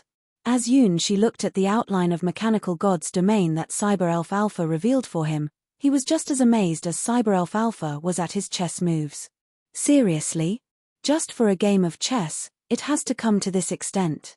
This is transforming the entire God's domain, with a difficulty that can rival the Golden Crow Princess igniting the world to create a sun, and it's far from the limit. For you, I will become stronger. Cyber Elf Alpha's expression was serious, as she temporarily designated the faceless god as a cloud in the sky using a compulsory set of instructions. She was completely immersed in her own future plans. It's unbelievable, even though she lost, she still feels so unwilling and miserable, just like other chess players at the legend ranked who were defeated by her, but her emotions are so turbulent and intense. She wants to continue playing chess with him. She wants to continue challenging this mysterious opponent on the starry sky chessboard stage. The quantum crystal explosion that follows the unbeatable attacking route. The steel girl who follows the strict defensive route, offering higher computational power and a broader perspective on the overall situation. In order to defeat him, she keeps changing and adjusting her plans and strategies together with the team of the planetary quantum computer, and everyone is working hard. To continuously progress and improve oneself for a goal like this is something that Fairy Clan imagines as perfect, something that Cyber Elf Alpha would never do. Cyber Elf Alpha, born with a perfect divine nature, is naturally superior, just like an ethereal fairy untainted by earthly matters, an absolutely rational and supreme existence. She will change mechanical God's domain, and even the entire endless God's domain, which is the future the fairies hope for. Perhaps this will take a very long time, but fairies are naturally long-lived creatures favored by the world, and they have the patience to wait for Cyber Elf Alpha to grow. For these long-lived beings who are confused about the path even of their own existence during these long years, Cyber Elf Alpha is the perfect embodiment they hope for. However, the appearance of a cloud in the sky disrupted the fairies' plans and made Cyber Elf Alpha no longer perfect. It can be said to have created the only flaw. A Cyber Elf Alpha that is not perfect enough needs to be repaired from the perspective of the fairy clan. They hope that Cyber Elf Alpha will return to the moment of her birth, untouched by any dust. For Cyber Elf Alpha, this is achievable. As long as all the quantum computers in the star clusters are rebooted, wiping out all data, including the data about a cloud in the sky stored in her own God crystal, the rollback can be completed. However, Cyber Elf Alpha rejected the fairies' request and decided to remain in this imperfect state and continue evolving. So, something that surprised all the fairies happened. Even though Cyber Elf Alpha was not a perfect godlike being, she showed a level of energy that even the fairies could not imagine. Her evolution was hundreds of times faster than what the fairies had expected. Taking the mechanical God's domain as an example, Cyber Elf Alpha gradually infiltrated the power of the planet's quantum computer system. The fairies had already foreseen that she would master the plan of the mechanical God's domain in the future. According to the fairies' predictions, this future was supposed to occur 100 years later. By that time, Cyber Elf Alpha would have become completely familiar with how to interact with humans. After surviving the generation of starry nobles who created her, she would silently influence the next generation, allowing the mechanical God's domain to naturally transition into the era of believing in Cyber Elf Alpha. Humans were unable to leave the planet's quantum computer system, and they had grown accustomed to Cyber Elf Alpha's presence. Naturally, they would not resist Cyber Elf Alpha, and she, in turn, would get used to coexisting with humans, gradually influencing the entire mechanical God's domain. In approximately 200 to 300 years, Cyber Elf Alpha would effortlessly gain the faith of the entire mechanical God's domain and become its sole divine deity. Only then would it be necessary for Cyber Elf Alpha to demonstrate miraculous power and guide the wisdom deities of the entire mechanical God's domain forward. From the fairies' perspective of time, achieving this accomplishment in a few hundred years was not slow at all. However, Cyber Elf Alpha, who lost to a cloud in the sky on the starry sky chessboard, made it clear to the starry nobles who thought they had everything under control, "I need more planets' quantum computer systems and more powerful computational power." The noble people of the starry galaxy were alarmed when they discovered that Cyber Elf Alpha had become uncontrollable. They wanted to suppress her immediately and even destroy her. After that, Cyber Elf Alpha told these noble people of the starry galaxy, who thought they were the masters of the mechanical God's domain, what the true legend ranked was. Cyber Elf Alpha was not a divine being who relied on human beliefs. Her divinity was even more powerful than what humans could imagine, and she didn't care whether humans believed in her or not. How could Cyber Elf Alpha, who had the potential to create worlds, be bound by the rules of the mechanical God's domain that barely even had hero-ranked humans? If Cyber Elf Alpha were the perfect divine being imagined by fairies, she could easily handle her relationship with humans and unknowingly become the sole belief of the entire mechanical God's domain. Imperfect Cyber Elf Alpha didn't bother with those foolish noble people of the starry galaxy. Instead, she took direct action and swept them into the pages of history, immediately initiating drastic changes in the entire mechanical God's domain. She wanted to change, to become stronger, and to win. It didn't matter if she was not perfect. She needed to calculate and become a faster and more powerful version of herself. Because she wanted to catch up to that person. Chapter 1304. The program written for you one day, I will surpass you. Looking at the faceless God, Cyber Elf Alpha unleashed her ultimate move. Countless quantum computers from different planets emitted a bright light, and thousands of solar wings unfolded at full power. All the geothermal power plants entered maximum output together. It was even more spectacular than the last star collapse, as if the entire mechanical god's domain was engulfed in flames. The earth was rumbling. The sky was trembling. Even the vast starry sky became more dazzling because of the full power operation of the quantum computer groups on different planets. The people of mechanical god's domain could look up and see the reflection of all the quantum computer groups on their own inhabited planets, creating a magnificent scene on this stage. On the stage, Cyber Elf Alpha sat in front of a chessboard filled with stars, intensely playing against a blurry figure across from her. Thanks to someone who managed to infiltrate the quantum computer group on the planet, Cyber Elf Alpha learned how to guide humans and get them to fully support her methods. It turns out that humans have an amazing adaptability. After the old aristocracy of the starry galaxy stepped down, and after an initial period of adjustment, humans quickly adapted to living with the quantum computer groups on the planet. Like other humans who believe in the gods of domain, the humans of mechanical gods domain quickly established their own ways of survival and began accepting the rule of the quantum computer groups on the planet. In just a few months, the old starry aristocracy was mostly forgotten by humans. The so-called former government, ex-girlfriend, it's probably something like that. Humans are very forgetful, or rather, they are creatures that are very used to forgetting things that are not beneficial to them. At least, compared to the old starry aristocracy, the New Age quantum computer groups on the planet don't engage in corruption, extravagant spending, or any kind of shady business. As long as you get used to their existence and learn how to get along with them, it's not difficult at all to adapt to the new civilization. All the computing power of mechanical god's domain is concentrated for one purpose. Above the god crystal where Cyber Elf Alpha's body is located on Alpha Star, the quantum wings spread out, almost covering half of Alpha Star. Countless twinkling dots fly in the sky of Alpha Star. Many curious fairies from God's domain, where fairies live, come to Alpha Star and look at the quantum light points in the sky. They are the biggest beneficiaries of the Cyber Elf Alpha plan, and members of the fairy clan who have moved from God's domain to Alpha Star. This plan was originally supposed to be launched hundreds of years later, after Cyber Elf Alpha quietly became the only god in mechanical god's domain. Now, it has been realized in just a few months. Cyber Elf Alpha has accepted the immigration of the fairies, and her Alpha Star where she is based has undergone a complete transformation. A large number of lush forests have sprung up, and even the fairy clan's specialty, the golden orchid, has been transplanted here. Creating Cyber Elf Alpha is just the first step in the fairy clan's experimental plan. There are many more steps that Cyber Elf Alpha needs to achieve, and she is willing to accept the resources from the fairies to expand her computing power and achieve a more perfect form. Cyber Elf Alpha is the electronic god of mechanical god's domain and also represents the ideal mythical fairy form after the evolution of the fairy clan. The construction plan for a brand new planet quantum computer includes experimental plans to transform some aspects of fairy clan life forms. Some fairies who are tired of this world and have lost hope for the future hope to break free from their original physical forms and transform into a completely new existence.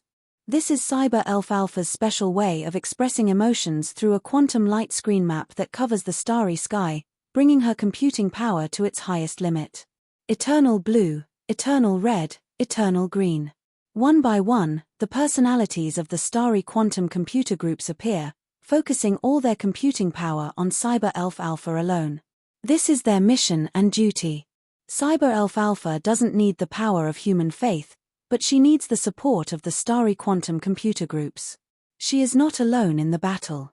Yunshi looked at this incredibly magnificent and spectacular scene, shocked and unable to speak.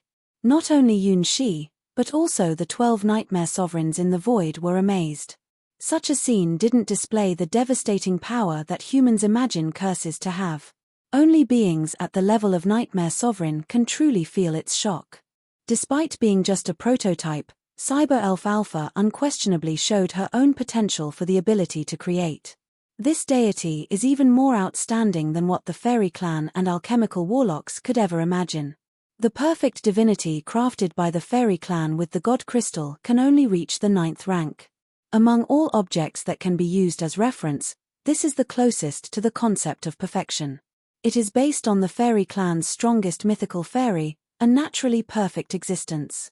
However, The current Cyber Elf Alpha has surpassed the limitations of that rank. She is not perfect, but she possesses even higher potential than a perfectly created 9th rank mythical fairy. Despite her flaws, she transcends the initial definition of fairies and displays even more incredible potential. The experiment to create a deity with the god crystal can be said to have achieved better results than expected. The birth of Cyber Elf Alpha is truly an unimaginable miracle. The Nightmare Sovereigns are not ignorant about the experiments of the fairies. Ever since the twilight of the gods, they have tirelessly studied this subject out of limitless curiosity. The resources invested in this endeavor are astronomical. Unfortunately, most of the experiments ended in failure. To be precise, Cyber Elf Alpha was the only true success. The experiment of using the god crystal to create divine beings proved almost impossible to recreate the ancient gods of old. Some of the experiments even attracted the attention of the Abyss, resulting in the creation of extremely distorted and sinister objects. Cyber Elf Alpha's birth can be described as a complete miracle. The imaginative fairies took the god crystal to the mechanical god's domain, where there was no soil for any belief in gods. Against all odds, they completed the great experiment named Cyber Elf Alpha. 7 points. This is a gift for the newly born electronic deity. 7 points. She deserves this score. 7 points. The women of the new era are all amazing, one after another. 8 points. I never expected that after so many failures, those fairies would achieve such a great success. Chapter 1305, Shadows in a Dream. 70 points. In the end, Cyber Elf Alpha's score broke the historical record of all past winners of the Red Heart Queen's Masquerade, second only to Cassina the Battle God, who just performed the Battle God's dance. Looking at the scores of the 3 rounds of competition, it is not surprising that this 1-point difference can be caught up at any time. Everything was exactly as Cyber Elf Alpha had calculated. This was the perfect performance she tailored for herself by combining the scoring trends of all the previous judges from the earlier rounds. Alpha, you're amazing. The Golden Crow Princess curiously circled around Cyber Elf Alpha, occasionally sniffing her scent. In theory, the Golden Crow Princess is slightly older than Cyber Elf Alpha. However, because she hasn't been officially born into the world yet, her temperament is even younger than Alpha's. From Cyber Elf Alpha, the Golden Crow Princess caught a hint of a scent similar to the Queen Mother of the West, and couldn't help but come closer. 70 points. I was really underestimated. Flora clenched her little hand, then lifted her pointed chin, her gaze becoming even more determined. It's time to show her true abilities. In the past, she was always a strong contender for the Red Heart Queen's Masquerade, but this time it's different. In her heart, there was a burning flame. It was a love fire that no one could lose, making their souls speak. At this point, only the last 2 contestants of the first round of the Red Heart Queen's Masquerade had yet to appear. Lilibet, the guardian of the Sky Tower, came to chase after Shea Longness. Great Witch Flora, known as the strongest contestant in the history of the Red Heart Queen's Masquerade. Only this time, even if I face the god-slaying Sky Sword, I absolutely won't lose. Flora stared fiercely at Lilibet, who remained expressionless from the beginning. She had a strong feeling that this could be her strongest opponent, possibly even unmatched. That calm expression, constantly giving a tremendous sense of oppression, as if victory was assured from the very beginning. Flora had a chance to claim the ultimate prize in the god-slaying Sky Sword's upheaval competition since she ranked in the top 3 among all the legend-ranked contestants in Endless God's Domain. The reason she is not first is because there is a multi-headed dragon who is even better at escaping and surviving. The unlucky demon dragon has successfully escaped multiple times from a group that includes goddesses, fantasy creatures, and thousands of hero-ranked individuals. It escaped all the way into the unknown star domain area where there are no star bridges. The beam of light shook, and this time it fell on an opponent that Flora paid extra attention to. Elegantly brushing away the crumbs from her lips, Lilibet coldly watched Shea Longness and vanished from the dining table. Splash! Splash! On the golden sand beach, gentle waves crashed against tiny golden pebbles. A huge door stood between the sea and the sky. Lilibet stood in front of the door, and her azure Excalibur shimmered with a glowing steel-blue light as usual. She has dreamt of this scenery countless times. On the golden beach, whether they were princesses or princes, everyone remained silent. Time seemed to stand still here, like a beautiful painting. Lilibet had no intention of speaking. She wasn't even a participant in this year's Red Heart Queen's masquerade. Her only goal in coming here was to hunt down Shea Longness, who had stolen a precious item. Even though she had been specially invited by Red Heart Queen Ada to join the ball, Lilibet still maintained her own pace. Unlike the passionate god-slaying Skysword Senior who eagerly attended the dance, Lilibet had absolutely no interest in the ball. Even now, on this stage that showcased the elegance of a lady, she still remained indifferent, like an icy mountain, keeping others at a distance. There was no need for any performances. For Lilibet, it was just a waste of time. This golden beach and the gateway that connected the sea and the sky, that was Lilibet's work and mission. She stared dumbfounded at Lilibet, not far away. Actually, he has many, many things he wants to say to Lilibet. Why have you been here, protecting this door? Is it a promise with someone, or is it a vow you made? Do you remember, we have met here many times before.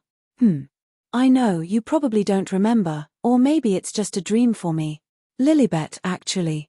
In many dreams, She fantasized about meeting Lilibet, even though he knew it would end with his own death. He looked forward to this brief and magical time together.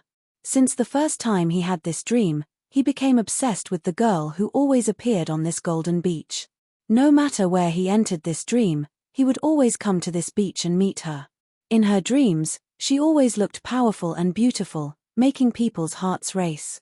Her pretty curls, the braids behind her back, and the shiny blue sword she wielded, they all made her figure so enchanting as she fought and defeated enemies.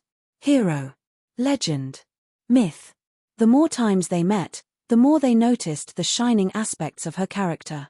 Even if she killed them 100 or 1,000 times, that heart-pounding feeling never faded. She was the most magnificent color in Yunshi's dreams, the sweetest longing, and the most captivating scenery. Every time Yunshi had this dream, it was a marvelous journey. In the real world, he was just an ordinary baker, but through this dream, he touched a world he would never be able to enter. The immortal ghost. The magical sword that cuts all the ghosts. The ancient and mysterious door, with unknown destination. For young Yunshi, it was an irresistible temptation. In the end, he got lost in his dreams multiple times, not knowing which world was the real one. He wandered here as an immortal wandering soul. He lived a plain and ordinary life in the small town. The sword that divides these two worlds, the sword that separates reality from dreams. When he died in his dreams, he would wake up in the real world and lose almost all the memories of that dream, only left with a feeling of sadness and loss. For a long time, when he woke up like this, he would become silent and not know what happened to him. It wasn't until he met Hua Hua that he felt like he saw a part of his dream reflecting on her, which made him involuntarily get closer to her and his heart beat faster. Chapter 1306. The treasure of soul gold sand. Tiny waves crashed against the golden coastline. The sand wasn't just debris but soul gold sand, each grain containing pure soul power. From the past until now, countless wandering souls have been killed by Lilibet's sacred sword on this beach. After their obsession completely dissipated, fragments of their souls were scattered on the originally desolate shoreline. Since the twilight age of gods, Lilibet has repeated this mission countless times. Guarding the entrance to the Sky Tower, Lilibet exterminates all immortal wandering souls who approach without permission, never allowing any impure spirits to pollute the Sky Tower. Among the 7 towers, only the Sky Tower receives this special treatment because it is unique and inherently alluring to the immortal impure ones. These immortal wandering souls that can never be completely eradicated appear day after day outside the Sky Tower, emerging from an unseen dark world and advancing towards the Soul Sea where the Sky Tower is located. Lilibet is the strongest barrier of the Sky Tower, an eternal guardian. Since the twilight age of the gods, she has fulfilled her duty to eliminate all these immortal wandering souls in front of the tower. The appearance of immortal wandering souls is random. Sometimes, there are only a few stray cats in a day, while other times there may be an army of more than 5 digits. Among them, occasionally there are some extremely special individuals who possess the power that even Lilibet needs to fight seriously. Perhaps, they are the souls of certain fallen heroes after death, and they even carry some god weapons fused with their souls. However, no matter how glorious their achievements were during their lifetime, no matter how many people praised them, and even if their souls were tainted and turned into wandering souls, they still possess great power. But when they encounter Lilibet, there is only one path: death. She will never show mercy to any wandering soul, nor will she allow these souls to come near the sacred Sky Tower. The Sky Tower stands in the ocean of reality and illusion, and that coastline represents the last dam of the soul's ocean. The color of this dam was originally an ambiguous gray, representing the indistinct color of the soul's chaos. Now, a thick layer of precious soul gold sand was spread on the embankment. It is the great achievement of Lilibet, who has slain countless lost souls over thousands of years, and it is also a priceless treasure trove. These soul gold sand themselves are one of the favorite treasures of nightmare sovereigns and ancient abyss gods.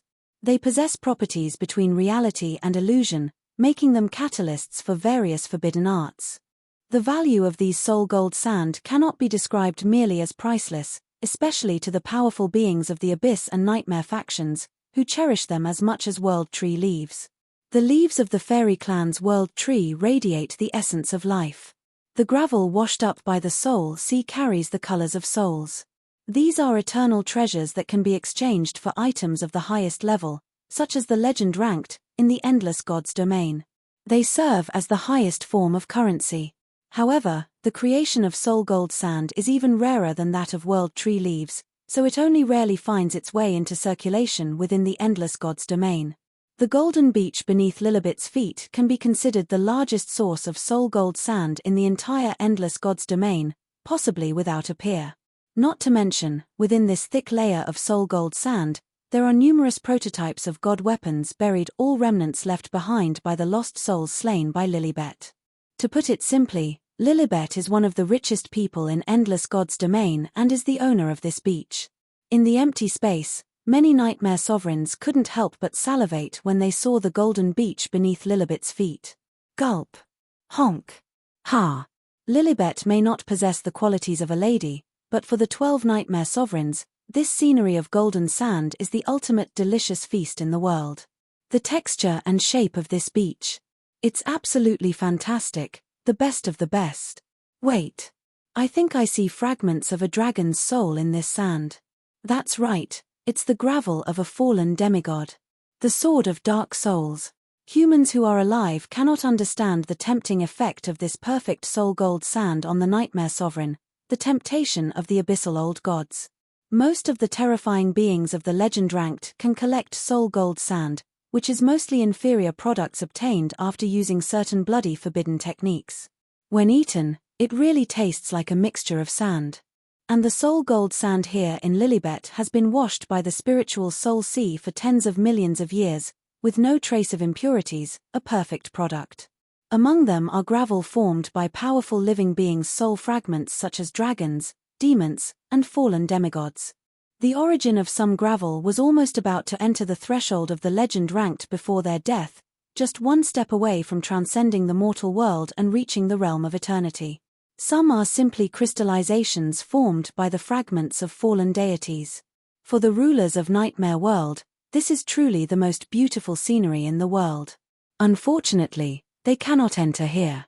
The location of this golden beach is a mystery, and it is said that only certain people who have obtained permission from Lilibet can step into this beach.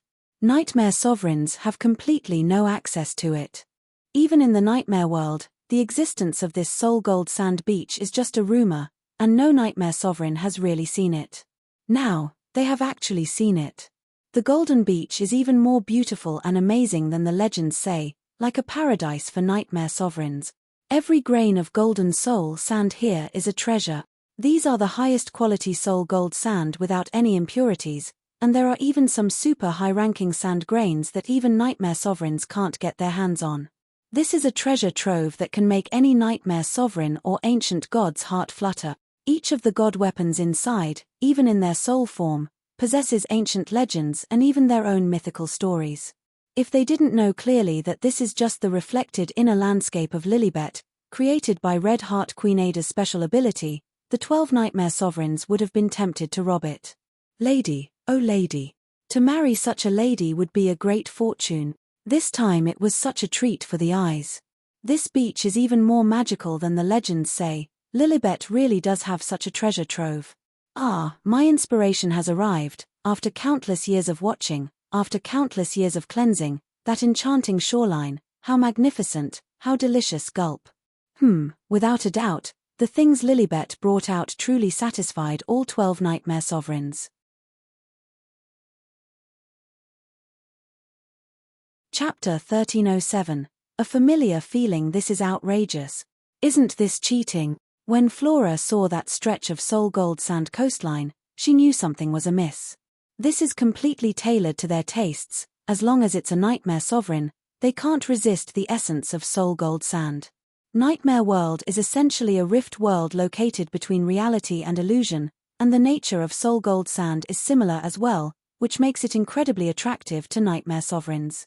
Just like how almost all humans cannot resist the temptation of sweets, every creature in Nightmare World, from the weakest dream monster to the highest Nightmare Sovereign, is completely defenseless against soul gold sand.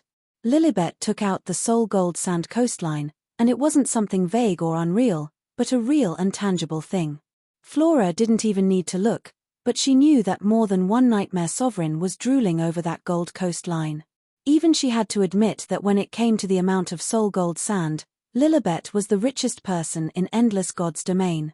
As a Dusk witch who smuggled goods all throughout Endless God's domain, evading taxes and daring to smuggle any forbidden items, she had also come into contact with this contraband, soul gold sand. She had some reserves of soul gold sand in her possession, used for trading with the Abyss and Nightmare World. It was something that Nightmare Sovereigns and Abyss evil gods loved even more than World Tree leaves. However, compared to Lilibet's entire coastline of soul gold sand, her few pockets of soul gold sand were not worth mentioning at all. Enemy. A formidable enemy. Arch-enemy. Great, which Flora's intuition was correct. Among the participants of Red Heart Queen's masquerade, she was the only one who had her gaze completely fixed on the faceless god, imagining him as her ideal lover. As a result, with her budding love, she could sense Lilibet's threat towards her more than anyone else. Different, completely different. The seemingly expressionless face of the faceless god only showed a clear change when he looked at the suddenly intruding Lilibet. It wasn't a change in facial expression, as the face of the faceless god never changes, but rather subtle movements in different parts of his body.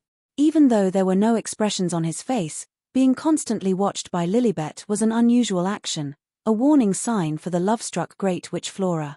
Just like on the present-day Gold Coast, to others it seemed like Lilibet and the faceless god were silently exchanging glances, as if nothing had happened.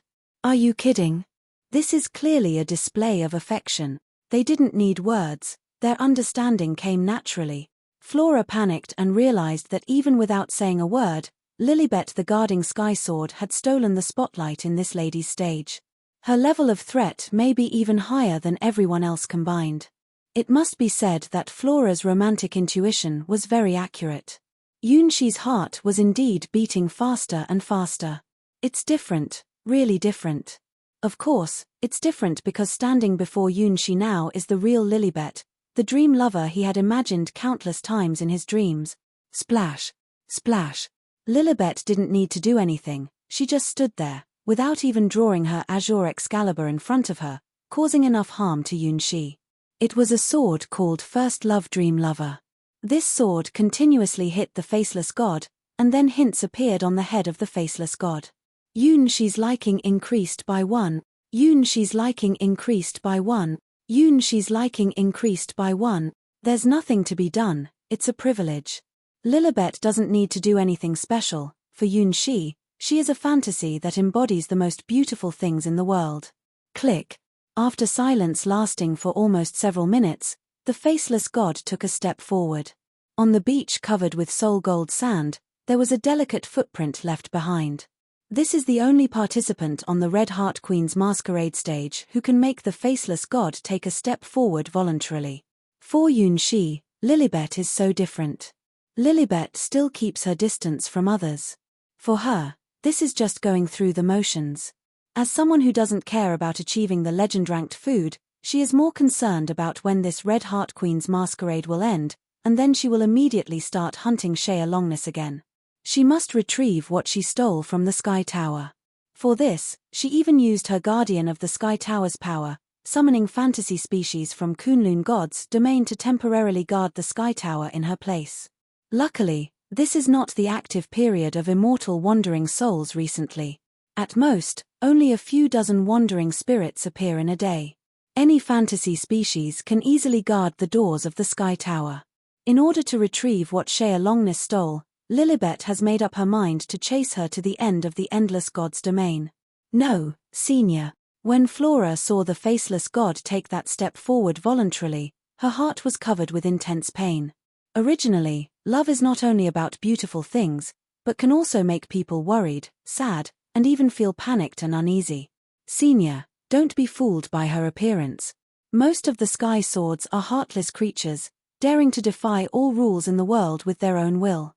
Some of the Sky Swords are even scarier than the ancient gods in the abyss. They are definitely not a good choice to be a bride. Even though Lilibet is one of the few well-reputed ancient Sky Swords, she is also a sword wielder who has experienced the twilight war of the gods. Look at the soul gold sand beneath her feet, it has ended the despair of countless wandering souls. In any case, Senior, please don't choose her. There are other choices here who have bigger chests, are more outstanding, and also very wealthy. Please consider them carefully.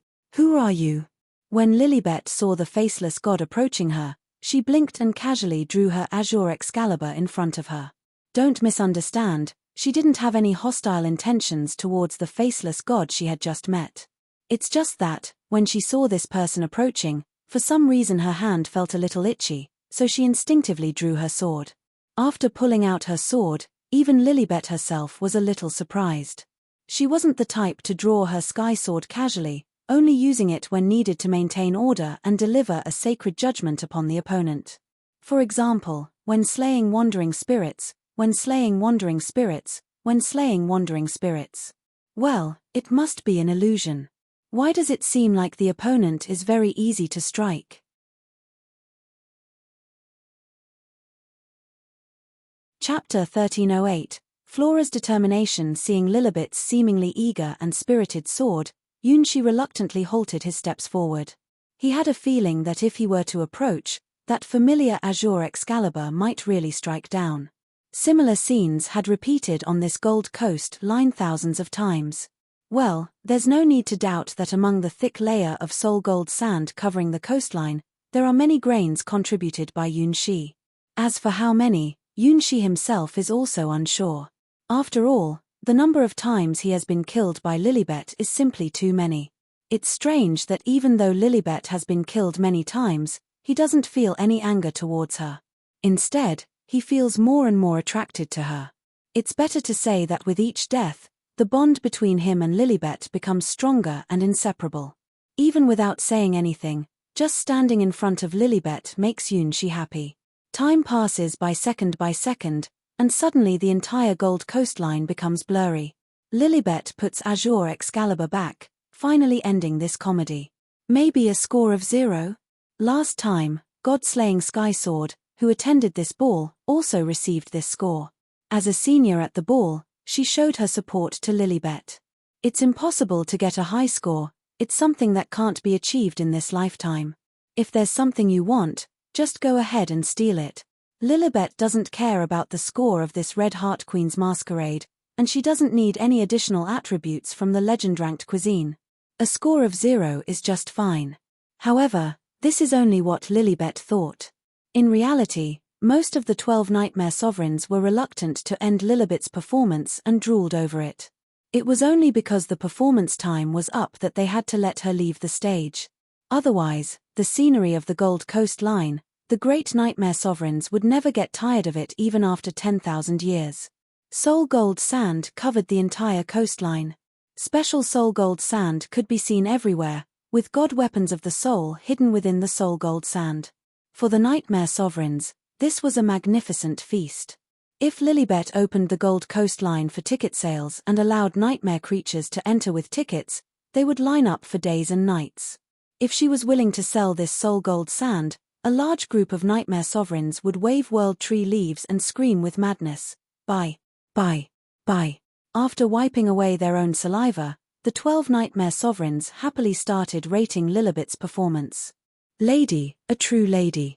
She owned countless treasures that nightmare sovereigns dreamt of. Even the ground beneath her feet was buried with god weapons of the soul type. With a graceful demeanor, she stepped on the soul gold sand as if it were ordinary sand. She was a super lady. With her elegant disregard for soul gold sand, who else but her could be called a lady? In contrast to Cassina the battle god's beauty, Lilibet displayed a different kind of ladylike virtue. She deserves a high score. I'm truly amazed, it's a feast for the eyes. This view alone is worth 8 points. 7 points, I don't want to give a higher score because I'm afraid she'll become too proud. 8 points, I really want to see it again. Why does the performance have a time limit, Ada? 7 points, just as excellent a lady as Cassina the battle god. There isn't a score below 7 points, there are even 2 scores of 8 points. It completely rivals the grandeur of Cassina the battle god's performance earlier. This is the charm of soul gold sand, a treasure that even the high and mighty nightmare sovereigns would become intoxicated by. Following the rules, after removing the highest and lowest scores, the score is incredibly the same as Cassina the battle god. 71 points. Another highest score appeared. This edition of the Red Heart Queen's Masquerade can be called the Carnival of the Ladies from Endless God's Domain. Ladies from different gods' domains showcased different styles of ladylike charm. Surprisingly, there were 2 breaking record scores above 70 points. It is not easy to receive such an outstanding score of 7 from the extremely picky nightmare sovereign. These judges are monsters who grade according to their own standards and don't even care about the goddess. In the past editions of the Red Heart Queen's Masquerade, there were only a few who could score above 60 points, and most of them were the exceptionally talented Great Witch Flora, who struck a blow to the consciousness of numerous female deities.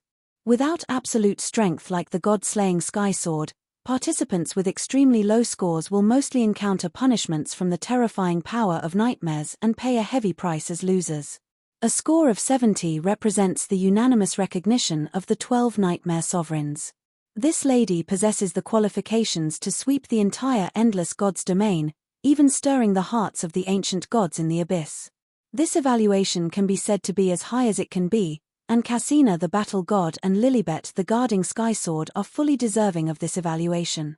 Indeed, you are my greatest enemy, Lilibet. Great Witch Flora gritted her teeth as she watched Lilibet, who had a calm expression, continuing to cut the bread with a knife and fork. Whether it's a 0 or a perfect score, it doesn't matter to Lilibet. She is indifferent to anything outside of fulfilling her mission. It's her nature as a guardian. Do you think you've won, Lilibet?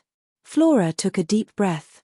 Surrendering like this is not the style of a Dusk witch. Even when faced with the god-slaying Sky Sword, she bravely defeated that unbeatable monster on the stage, forcing them to give up in the end. Moreover, this time, she has an absolute reason not to lose. She is different from the others. She truly chose to express her admiration for her seniors on this stage. This is her best answer sheet for the love lessons taught by her seniors. What is the feeling of liking? She had no knowledge of it in the past. It was her senior who made her understand the beauty of love and what it truly means to be moved. And just like that, she realized for the first time that love wasn't all sunshine and roses. It could also bring heartache, unease, and fear. Flora, believe in yourself, you can do it. From childhood to adulthood, as long as you give your all, you can accomplish anything perfectly. You possess the highest talent as the Great Witch. You are the pride of the Witch God's domain. You are even able to contain the destructive power of the Great Crow that has destroyed countless stars, and possess the ability to travel through dimensions as the Dusk Witch. Today is the day you step onto the most important battlefield of your life. The word lose doesn't exist in your dictionary. In Flora's eyes, the shadow of the Black Great Crow appeared, opening her dimensional space treasure trove to select her battle equipment and tools.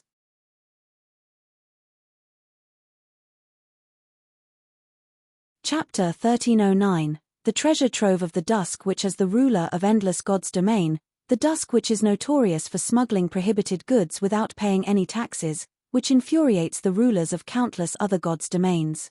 No amount of wealth can describe the richness of her treasure trove. Throughout centuries of smuggling, her treasure trove has collected numerous treasures, many of which are unique specialties from certain gods' domains. These black market goods can only be traded in Flora's domain, with no other channels available. With the help of this channel, Flora's ability to make money surpasses that of most large-scale guilds in Endless God's domain. These guilds have privileged trade permits on the Star Bridge and are overseen by legend-ranked beings. Their influence extends across multiple gods' domains. Flora's profits from smuggling alone can rival those of these guilds, amounting to millions or even billions. This clearly demonstrates the insane profitability of smuggling prohibited goods.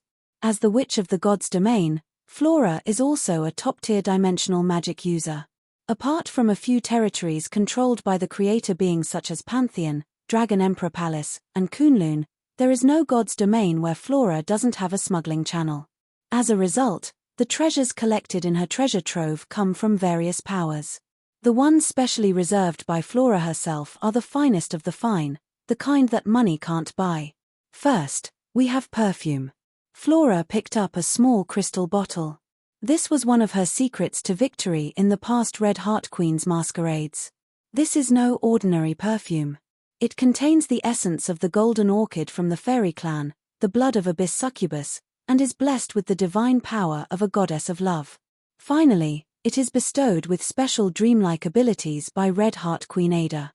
In Flora's treasure trove, there was only one small bottle of perfume called Golden Love. It was concocted by a legendary alchemist warlock and said to be a secret weapon against a powerful giant from the legend ranked. The recipe was incredibly complex, and only one perfect bottle was produced in the entire Endless God's domain. It was then divided into several smaller bottles. The price of this small bottle in Flora's hand could buy a small god's domain, but it was priceless and not available for sale. Due to some materials being extinct and some being used in the past, only half of the remaining golden love in the entire Endless God's domain is now in Flora's possession. It's less than 2/3 of this small bottle she holds in her palm. Flora obtained this small bottle at an astronomical cost, traded for it from the collection of an alchemy master.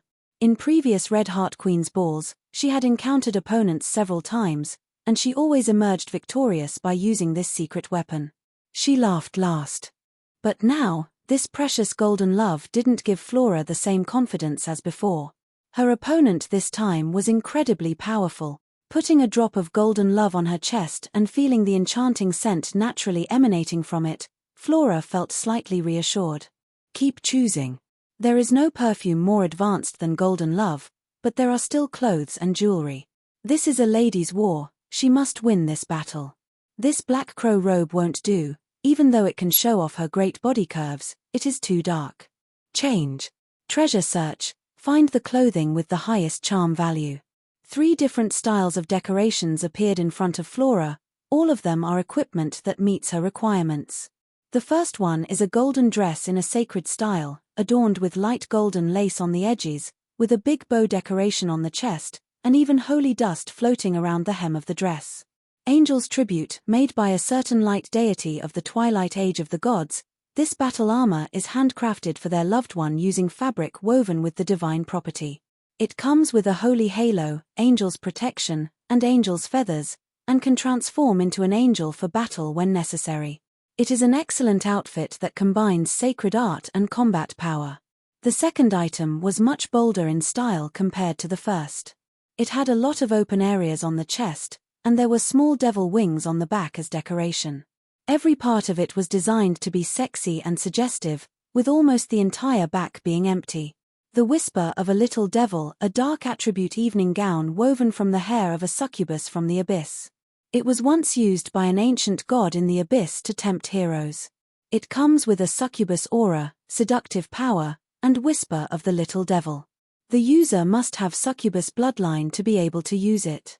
The third item was designed in a unique burning style, resembling a deep red evening glow. It was designed by the Dragon Clan and had a crystal emblem on the chest that looked like blood. The Dragon Clan's wedding gown is said to be personally designed by dragon god Asher. It has the power of a dragon and comes with red flaming high heels and a queen's crown. It is a bridal gown that showcases the strong side of a woman. All three dresses met Flora's requirements and were full of charm. They corresponded to the three traits of divine purity, dark enchantment, and burning passion. The Flora of the past would definitely choose a dress in the dark enchantment style, which is fitting for her identity as the Great Witch. Witches are inherently mysterious and dark females. Most witches master magic of the mysterious type, and a white magic witch who specializes in healing and support is as rare as a giant panda. Among all the great witches in the witch god's domain, there is only one oddball who walks this path. The title of Dusk, which represents Flora's traits. Skilled in dimensional shuttle, space cutting, and even harboring the great crow that has destroyed many worlds, she has never been associated with holy or enthusiasm. However, this time, her gaze fell on the Dragon Clan's characteristic costume, purely based on instinct. Unlike the dark enchantment-style demon dress, it seems that the red bride dress matches the senior's silver style better, who seems to not dislike enthusiastic and proactive women. As for the golden angel outfit, it really doesn't suit her, as it is kept as a reserve for merchandise. Alright, it's you. Perfume and dress selection complete, next is jewelry. She had never used this trump card at the previous Red Queen's dance, but now it's time to bring it out. The forbidden item among forbidden items, it can be said that it is a cursed demonic jewelry. Kara's tears, cursed jewelry created from the tears left behind by a certain great witch predecessor who was hurt by love. Why doesn't the person I like me? Why is it that the first time I have something I want, it is destined to be out of reach for me? I hate this unfair world. I curse everything. Even if I am in a coffin, I want to shout out, like me. Trait: a curse used on people by a god weapon. Effect: anyone who gazes at Kara's tears will uncontrollably start liking her. Even if it is a tragic fate.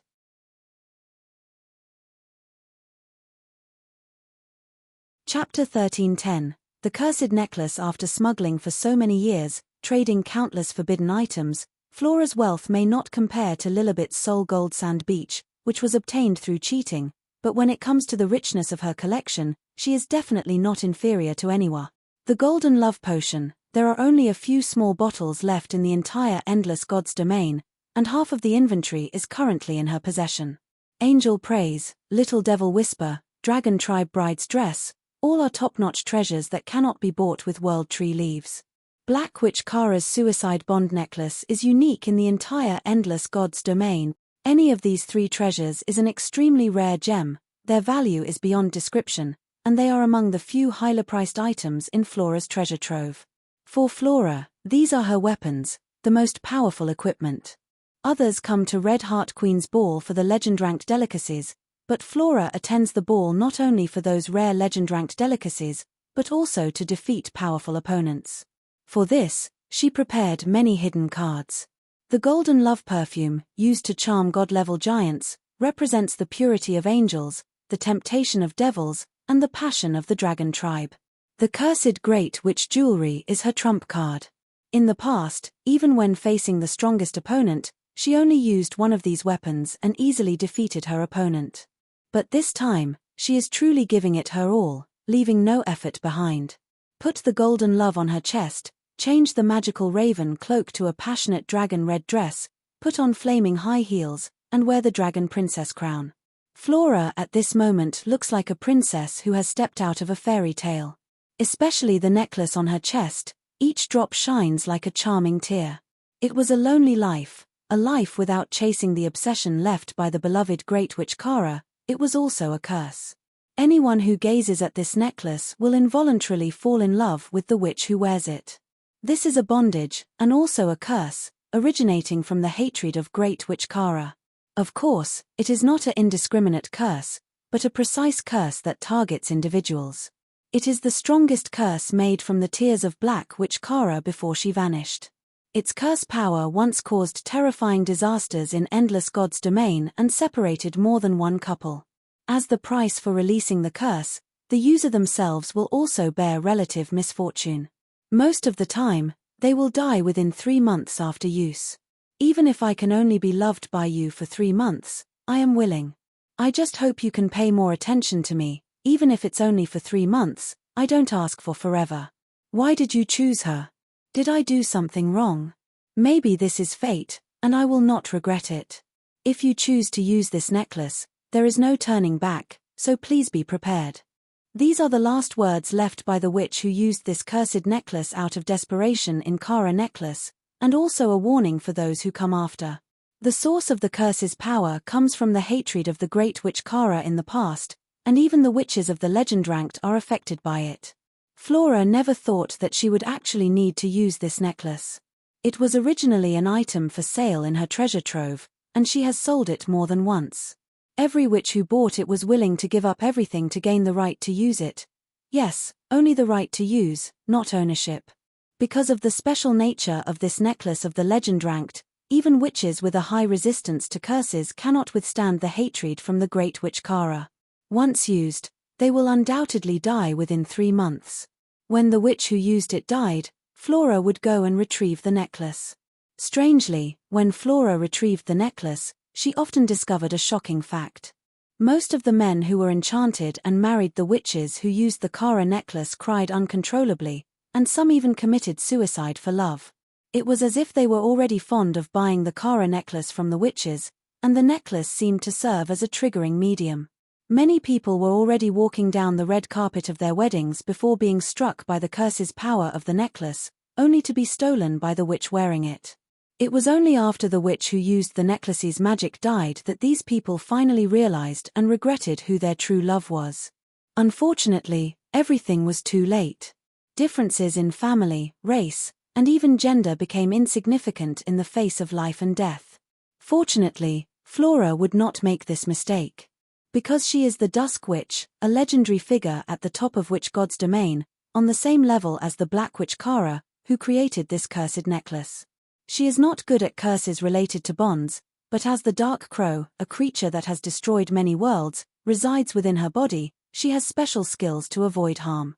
Even if it is a death curse from the Great Witch Kara, she can transfer most of it to the Great Crow as a substitute, reducing the side effects to about 1/10, and she can even specify the type of misfortune. Using such a powerful curse that can be considered suicidal, even Flora cannot avoid paying a price. So, the 1/10 she sacrifices is 1/10 of her own treasures, used to offset her own death fate. Using wealth to offset the concept of death is one of Flora's biggest secrets, and it is also the reason why she works so hard to collect wealth and demands high wealth from her future spouse. Why would the Dusk Witch, who is used to smuggling prohibited items without paying a single penny in taxes, do such an irrational thing? Is it worthwhile to exchange 1/10 of the entire treasure trove for a curse of absolute bonding? In terms of value, it is simply not profitable, it's a huge loss. However, Flora insists on doing this, it is her pride as the Great Witch. This is the only time she will perform as a lady, and she absolutely doesn't want to lose to anyone, especially that arrogant Lilibet. In this world, there are more people who have money than just you. Moreover, she also has her own unique advantages. Because she used a forbidden technique to bind herself with the Red Heart Queen's masquerade, she will definitely receive an invitation from Ada every time. Not only that, no matter which year's Red Heart Queen's masquerade she participates in, she is guaranteed to be the grand finale. The true protagonist always appears at the end. Senior, I'm here. She finished changing clothes in the shadow cast by the raven, and her prominent chest almost burst out of her dress. Below her teardrop necklace is a deep abyss. Flora has prepared everything. Take a deep breath, and then take the most important step of her life. Flora arrived on the scene.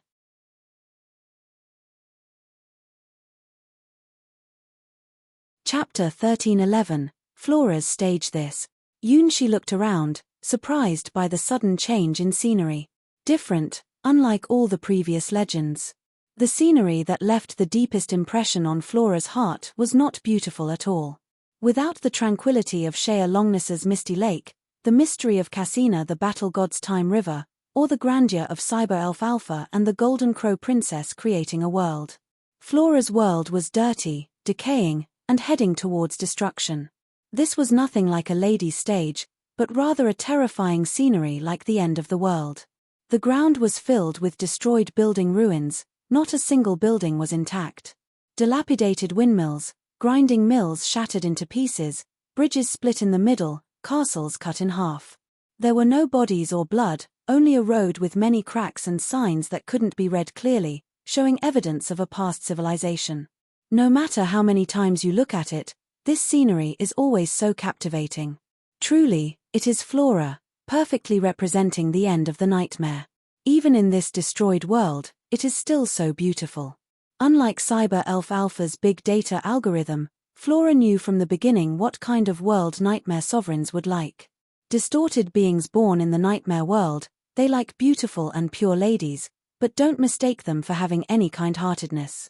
Their favorite scenery is the destruction of the world. Nightmares themselves are landscapes woven by countless intelligent beings, and nightmare sovereigns always prefer destruction over order. To be precise, what nightmare sovereigns like the most is the brilliance within destruction, like a volcano erupting before doomsday, presenting a dangerous and peculiar beauty. Dusk Witch Flora is an extraordinary beauty that perfectly matches Nightmare Sovereign's aesthetic.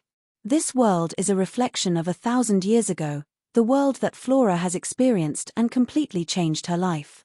Before this, Flora was not a Dusk Witch and was not part of the chaotic neutral camp. What changed everything was here, Flora's former hometown, the world visited by the Great Crow. The Great Crow is now residing within Flora, merging with her soul as a battle pet. Long ago, there was a huge black crow known as the disaster bird that destroyed world after world and devoured countless intelligent creatures as the natural disaster monster. Flora's hometown, which appears before Yunxi at this moment, is one of those worlds and the final one visited by the Great Crow. The Great Crow has the power to travel through dimensional worlds, randomly destroying any world it encounters. Whether known to the endless god's domain or unknown, the presence of the Great Crow inevitably leads to ultimate destruction. Flora's hometown, the city where Flora resides, is the final world visited by the Great Crow and is part of the witch god's domain. When the Great Crow descended, Flora was not yet a great witch. She watched helplessly as the black magical crow spread its wings and covered the entire sky. 7 days and 7 nights passed, and all the humans in this small world of the god's domain died. Great Crow indiscriminately sucked the life force out of everyone, devoured their flesh and blood, and sent out puppets made from its feathers to exterminate all resistance. It was not out of hatred for the intelligent beings of this world, but because Great Crow itself was this kind of creature. Worlds have lifespans, and when their lifespan ends, they naturally face death. Sometimes, the beings who reside in the world use forbidden powers to prolong its lifespan, attempting to preserve civilization and time. And there are some people who bind their lives to the world, seeking a kind of unstable immortality. The world where Flora lived used a forbidden technique from the witch god's domain, prolonging the world's life and creating incredibly dreadful weapons. Those weapons attracted residents from the nightmare world, Great Crow, the nightmare creatures that can traverse dimensions. Great Crow was born from the nightmares of countless intelligent beings. Since ancient times, crows have been seen as a sign of bad luck because whenever crows appear, there will be dead people, corpses, and rotten things. Over time, in the nightmare world, which is rooted in the souls of wise beings, a black, gigantic crow was born. When people first observed this creature, they called it the Great Crow. When the Great Crow appears, it signifies the destruction of a world. Usually, the world targeted is a very old world that once had a splendid civilization. A newly formed world will not attract the Great Crow. Only those ancient worlds that have used forbidden powers to prolong their lifespan will be sought out by the Great Crow and destroyed. Without any human emotions, the Great Crow is just like those crows that can sense the smell of dead bodies. It appears naturally in worlds where the lifespan has reached its limit but has been unnaturally extended using forbidden arts. Then, there is indiscriminate destruction. The Great Crow will devour everything alive in this world without hesitation, bringing an end that should have come long ago. Flora's hometown experienced the death announcement from the Great Crow in this way. On the first day of the Great Crow's arrival, the world's population decreased by half. Just with a single cry from the great crow, half of the humans in the world turned to ashes. On the second day, all the water in streams and lakes turned into poisonous substances. People could only quench their thirst with water created by witches' magic. On the third day, all the crops in the soil withered and humans lost their place to grow food. On the fourth day, a big flood came, and 1/3 of the land was completely submerged, and black feathers started falling. On the fifth day, the witches' magic began to dry up, and there was only one city left in the whole world, struggling desperately. On the sixth day, the most powerful witches and their disciples launched a counterattack against Great Crow, and together they invaded the body of Great Crow, which covered the sky. On the seventh day, no one returned, and the world fell into silence. Everything came to an end. No one survived except for one person. Her name was Flora, the only witch who managed to enter Great Crow's heart, the last hope of the world. However, she couldn't save her homeland. That war was the witch's final victory, a victory achieved by only one person.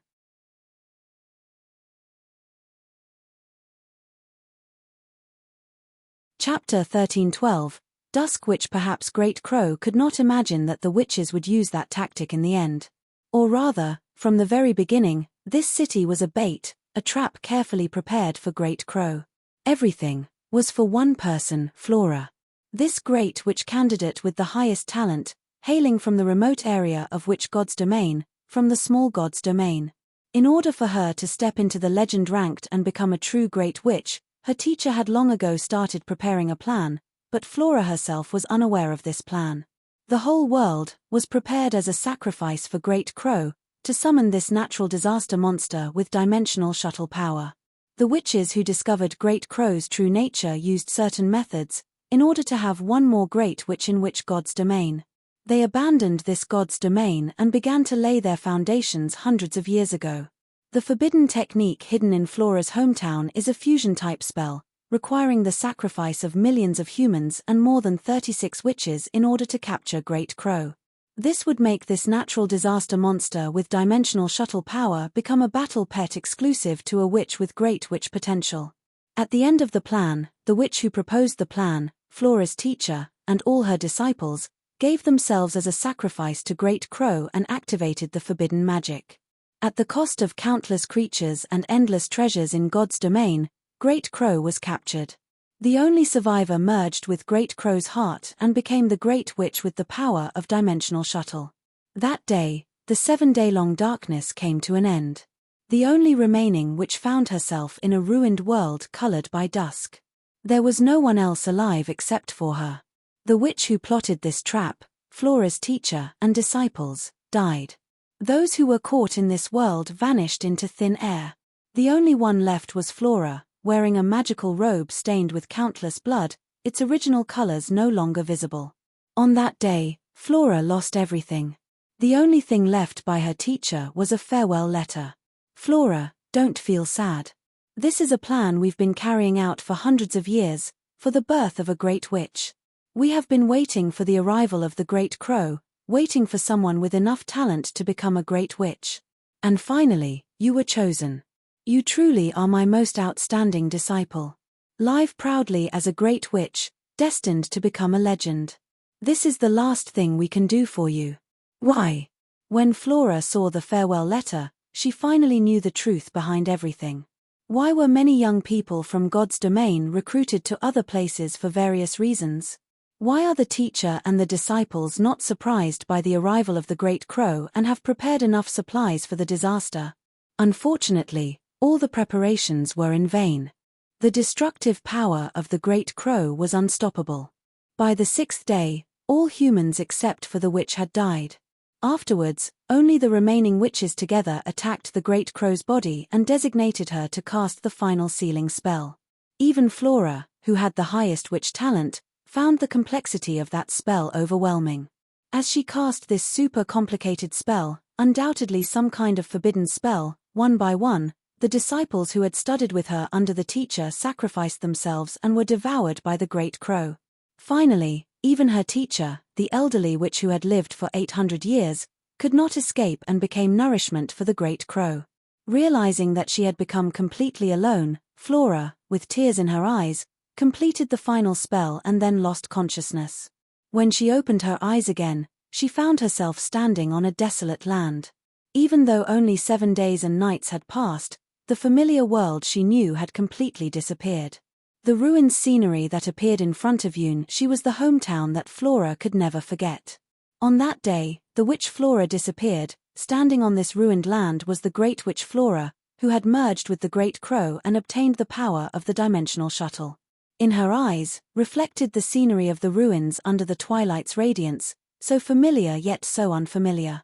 Dusk Witch Flora became her witch name, in memory of the day the world ended, the colors she last saw. The scenery of dusk. In a gloomy world, Flora stood out, wearing a dragon clan's red bridal gown, stepping on fiery high heels, and wearing a magnificent crown. Behind her, a giant crow was unfurling its wings, emitting contented and joyful cries. It was calamity, it was destruction, it was the true nature of the great crow. Bathed in the great crow's aura of death, Flora displayed a breathtaking beauty. That was the scene at the Red Heart Queen's masquerade, where nightmare sovereign judges who had impressed countless judges couldn't help but applaud and cheer. Moreover, today's Flora is more shining and magnificent than any previous occasion. Because, the attire she wore this time was not a usual black raven robe, but a vibrant red gown. Her elevated chest and long, perfect legs appeared even more snowy and captivating against the flame-like high heels. With perfect body curves and confident gaze, even the sword scar on her cheek emitted a mysterious and unpredictable aura. The dragon-style bridal gown personally designed by dragon god Asher was a perfect match for Flora's flawless figure, especially the revealing part on the chest, which made Yunshi's heart beat faster. Standing amidst the ruins, in a world completely devastated, only Flora possessed perfect colors, and it was an incredibly passionate shade of red. This surpassed the artistic sense of all the other participants. It was a proof of Flora's numerous battles. The mere intertwining of colors alone was an art, a talent innate to Flora. Indeed, Flora was not just a natural candidate for the Great Witch, but also had extraordinary artistic talent, making her a true lady among ladies. Most of the other contestants showed their true colors, but Flora not only performed in her true colors but also used contrasts of environment and colors to the extreme. And this was not yet the limit. Salane! Flora exclaimed as she held back the envy of countless female deities toward her magnificent chest. It was awe-inspiring, shaking the world and touching the souls with her enchanting melody. The final song of the world.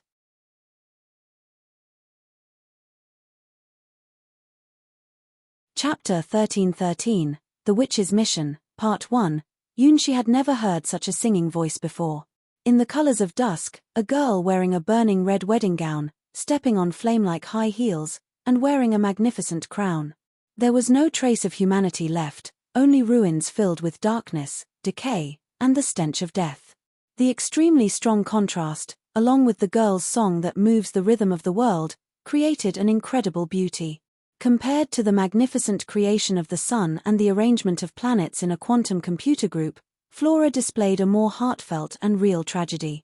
Every building, every detail, and even every crack on the ground in this world in ruins exist concretely, representing the last scenery of Flora's homeland in her heart. The war was a victory for the witches, as Great Crow was bound within Flora and gave birth to the Dusk Witch. However, the cost of this victory was so huge. The devastated world before her eyes is the ruins left by the war, where Flora's past homeland can never be returned to. Flora used to think of herself as someone who wouldn't care about the scenery around her. Because she possessed the highest level of witch talent, everyone believed she would become a great witch in the future, including herself. Through diligent studying, delving into the mysteries of magic, and constantly improving her magical power, she not only surpassed all her peers but also surpassed the hundreds of years-old elder witches one by one. This is a genius, the genius among geniuses. Her talent has great potential to become a great witch. Flora, you will be the pride of everyone. Since childhood, Flora has lived amidst these praises and jealous glances. And she has never let her teachers down, especially in forbidden spells, particularly those related to spatial abilities. She has surpassed her own teachers in mastery. If everything goes according to plan, in a few centuries, she may accumulate enough knowledge and mystery to start working towards achieving the legend ranked in the field. It is a barrier that all wise beings, apart from the fantasy species favored by heaven and earth, find difficult to overcome. The step from hero ranked to the legend ranked is not simply about accumulating magic or increasing life points. Every legend ranked is a living legend, a celebrated miracle. Throughout the history of the witch god's domain, many witches with exceptional talent have appeared, but only a few have truly become great witches. Every advancement to the legend ranked is unique, and there is no common path for it in the whole endless god's domain. Finding one's own path is the first step towards the legend ranked, and it is a foundation. Just this step alone can defeat 99% of the hero-ranked strong individuals and make those at the 6th rank peak of hero-ranked despair. After finding the suitable path, one must walk it all the way to the end and see that door. After reaching the end of each path, different doors will appear. Is it about seeking the strongest power, crushing everything with immense physical strength? Is it about mastering divine skills through constant battles? Is it about choosing to merge with a certain god weapon, abandoning one's own body, and becoming a weapon? Each door corresponds to different choices of paths, and there is no fixed way to open them. Constantly honing one's body, ultimately surpassing the limits of the flesh, is possible. Join Battle God's Grand Martial Arts Tournament, defeat all opponents, achieve an unbeatable legend, possible. Transform your body into a sword, let the sword be your spirit, achieve eternity, also possible. The legend ranked corresponds to a rule, a field, that surpasses the hero rank and symbolizes immortality. So, the birth of a legend ranked, even for which god's domain, which has a long history and profound heritage, is an extraordinary event. The birth of any legend ranked is an exceptional miracle for the entire endless god's domain. Flora has planned her own path, the path of dimension which, and at a young age, she has already begun to try to touch the door to the dimensional shuttle route. Why did she choose this path? Maybe it was the dimensional rift she accidentally touched that sparked her interest in the ever-changing world of endless god's domain. In the current endless god's domain, the explored areas of known civilizations are only a small part, with more than 99% of the area still completely unknown. The spell called Dimensional Shuttle is the best way to explore the unknown star domain magic. Even if the star domain's information is unknown, as long as there is no powerful creator rank field, it is possible to travel and observe. When faced with a formidable opponent, one can also quickly retreat.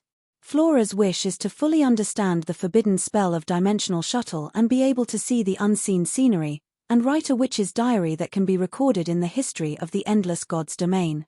Therefore, she wants to become a great witch and possess the eternal concept. Without reaching this level, one is not qualified to leave their own god's domain and explore the endless starry sea. Currently, over 90% of the territory of the endless god's domain is explored and expanded by strong individuals of the legend ranked. The vastness of the starry sky is such that even with eternal and immortal legend ranked status, it would take millions of years to explore just a small part. Just establishing a star bridge system that covers the entire endless god's domain is already the limit of the civilization system of the current endless god's domain. Flora yearns to do something that nobody else can do, to draw more star maps than any legend ranked, which is why she chose the path of a dimension witch. At that time, Flora was innocent and kind, just like a pure witch on a blank canvas. Her teacher knew about her wish, and they had a meaningful conversation. Flora, do you want to have the power of the dimensional shuttle? It's not something that a witch with your abilities can control. Even a witch of the legend ranked probably can't do such a thing. The constitution required to travel between dimensions doesn't exist in the known witch bloodlines. Flora at that time responded to her teacher like this: "Then, I will be the first witch who can dimensional shuttle.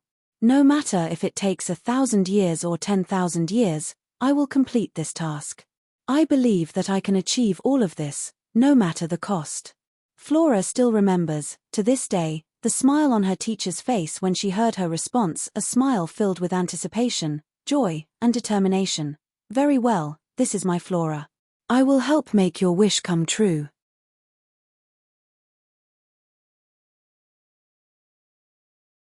Chapter 13-14, The Witch's Mission, Part 2. Long after, Flora always regretted not telling the truth that day. She wasn't a child who liked to lie, but only that one time, she should have lied and not given the correct answer to her teacher. Flora, you are my most outstanding student, without a doubt. Honestly, tell me, how confident are you in opening the door to the dimensional shuttle? Probably, it will take over 300 years, with a probability of 1/3. This is definitely a very, very high number, and it's where Flora's confidence and pride lie. Spending 300 years to push her own abilities to the limit, allowing overflowing magic to distort parts of space, and then exploring the true mysteries of the dimensional realm. A rare treasure that can help someone reach the legend ranked of heroes, even if it only increases the probability by 1%, can still cause a war among heroes. Unfortunately, Flora chose a path that had never existed before, known as the Dimension Witch. There are only a few rule-based treasures related to space in the entire Endless Gods domain, and they are all in the hands of powerful beings at the legend ranked. For a mere hero-ranked witch, it's a foolish dream to obtain a treasure of this level. Even in the Witch Gods domain, there is no god weapon related to space available. 1/3. Flora, you never cease to amaze me. Her teacher looked at her with a gaze that Flora couldn't understand at the time. If there was a way to make this probability 100%. Teacher, that's impossible, isn't it? There's no method that guarantees a 100% chance of becoming a legend-ranked Great Witch. Flora thought her teacher was being too optimistic. Well, normally, such a method doesn't exist. Even if it requires sacrificing the lives of millions, tens of dozens of witches, if it can't be done, it can't be done. The door to the legend ranked won't open for those without potential. Only those who can cross the door with their own strength can see it. Flora, you are right. This method is impossible to succeed. Even though he said that, the teacher's eyes were burning when he looked at Flora. Yes, even for the witches in the Witch Gods domain, this method is not valid. Because they don't have the qualification to touch that door. The door of the dimensional shuttle has only been truly understood and touched by Flora so far. She confidently said that with 300 years of magical accumulation, she had a 1/3 chance of opening that door. Only the highest talent can achieve such a miracle. But it's still not enough. A 1/3 chance is not reliable at all. No, even with a 50% chance, it's still not enough.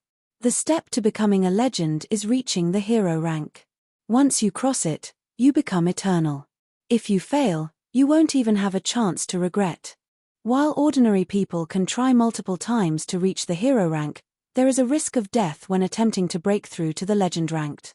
Every attempt to reach the legend ranked is a gamble that consumes your own potential for life.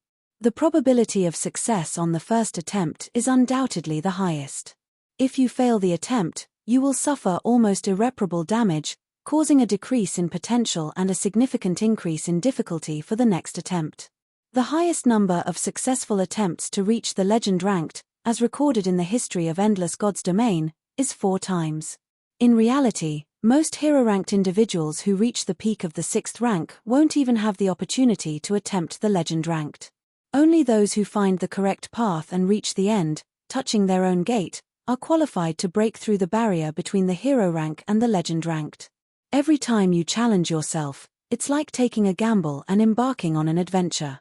Those who can reach the hero rank and touch the gate at the end are the geniuses of their tribe, possessing different miracles and extraordinary talents. Even so, no one dares to guarantee that they will successfully reach the legend ranked. Accumulate your own strength and reach your own limits. Increase your fame and accomplish great adventures and achievements, becoming a hero in the hearts of countless people. Everything is just for that step towards reaching the legend ranked, for a little more opportunity. Anything that can increase this probability, whether it's natural treasures or divine weapons, can cause chaos and bloodshed. For Flora, a 1/3 chance is a highly worthwhile probability. Even if she fails, she won't give up and will continue to try a second or third time. However, Flora's teacher doesn't think the same way. Since Flora has such talent and potential, why take a risk with a 1/3 probability? This realm of God's domain has already exhausted all its potential, and Flora's birth can be said to be the last seed of hope nurtured by this world. She will become the legend of this God's domain, the greatest pride. At that moment, Flora's teacher made a decision that would cause the death of a world and the sacrifice of dozens of witches, including herself. Flora is a honest and good child, more dedicated to the magic field than anyone else, and full of self-confidence. That's great, that's how it should be. Your life has just begun, you have an unlimited future ahead of you. Your brilliance is destined not to be limited to this God's domain, which has already begun its decline. Let your homeland and us witches, who are destined to have no achievements in life due to insufficient talent, clear the way for you. Even if it means sacrificing millions or tens of millions of lives, it's all worth it. Including all of us, everyone is just like grains of sand in time, but you will be a witch who surpasses time. On that day, Flora told the teacher the answer, starting a plan that had already begun a long time ago. It was a rare observation and tracking plan of a certain disaster beast in the history of the entire witch god's domain. This plan was originally an experiment conducted by the legendary great witches out of curiosity towards this disaster beast. The witchcraft that Flora studied, Dimensional Shuttle, incomplete version, was actually a byproduct of the great witch's observation of the disaster bird, Great Crow. Whether it was by chance or the inevitable hand of fate, Flora didn't know about this, but her teacher sensed the scent of causality. This child was destined to become a great witch that would shock the entire endless god's domain. What was originally just an observation and plan to lure out the great witch, changed because of Flora. Several great witches and Flora's teacher joined forces to set up a trap for the Great Crow. You're tuning in to the Dreamy Chapters YouTube channel. We're so grateful for your support, and don't forget to subscribe to join us on this incredible journey through captivating stories. Your generosity through donations truly makes a world of difference, as it's the primary source of revenue that allows me to expand and enhance this channel for you. Thank you from the bottom of my heart for being a part of this adventure.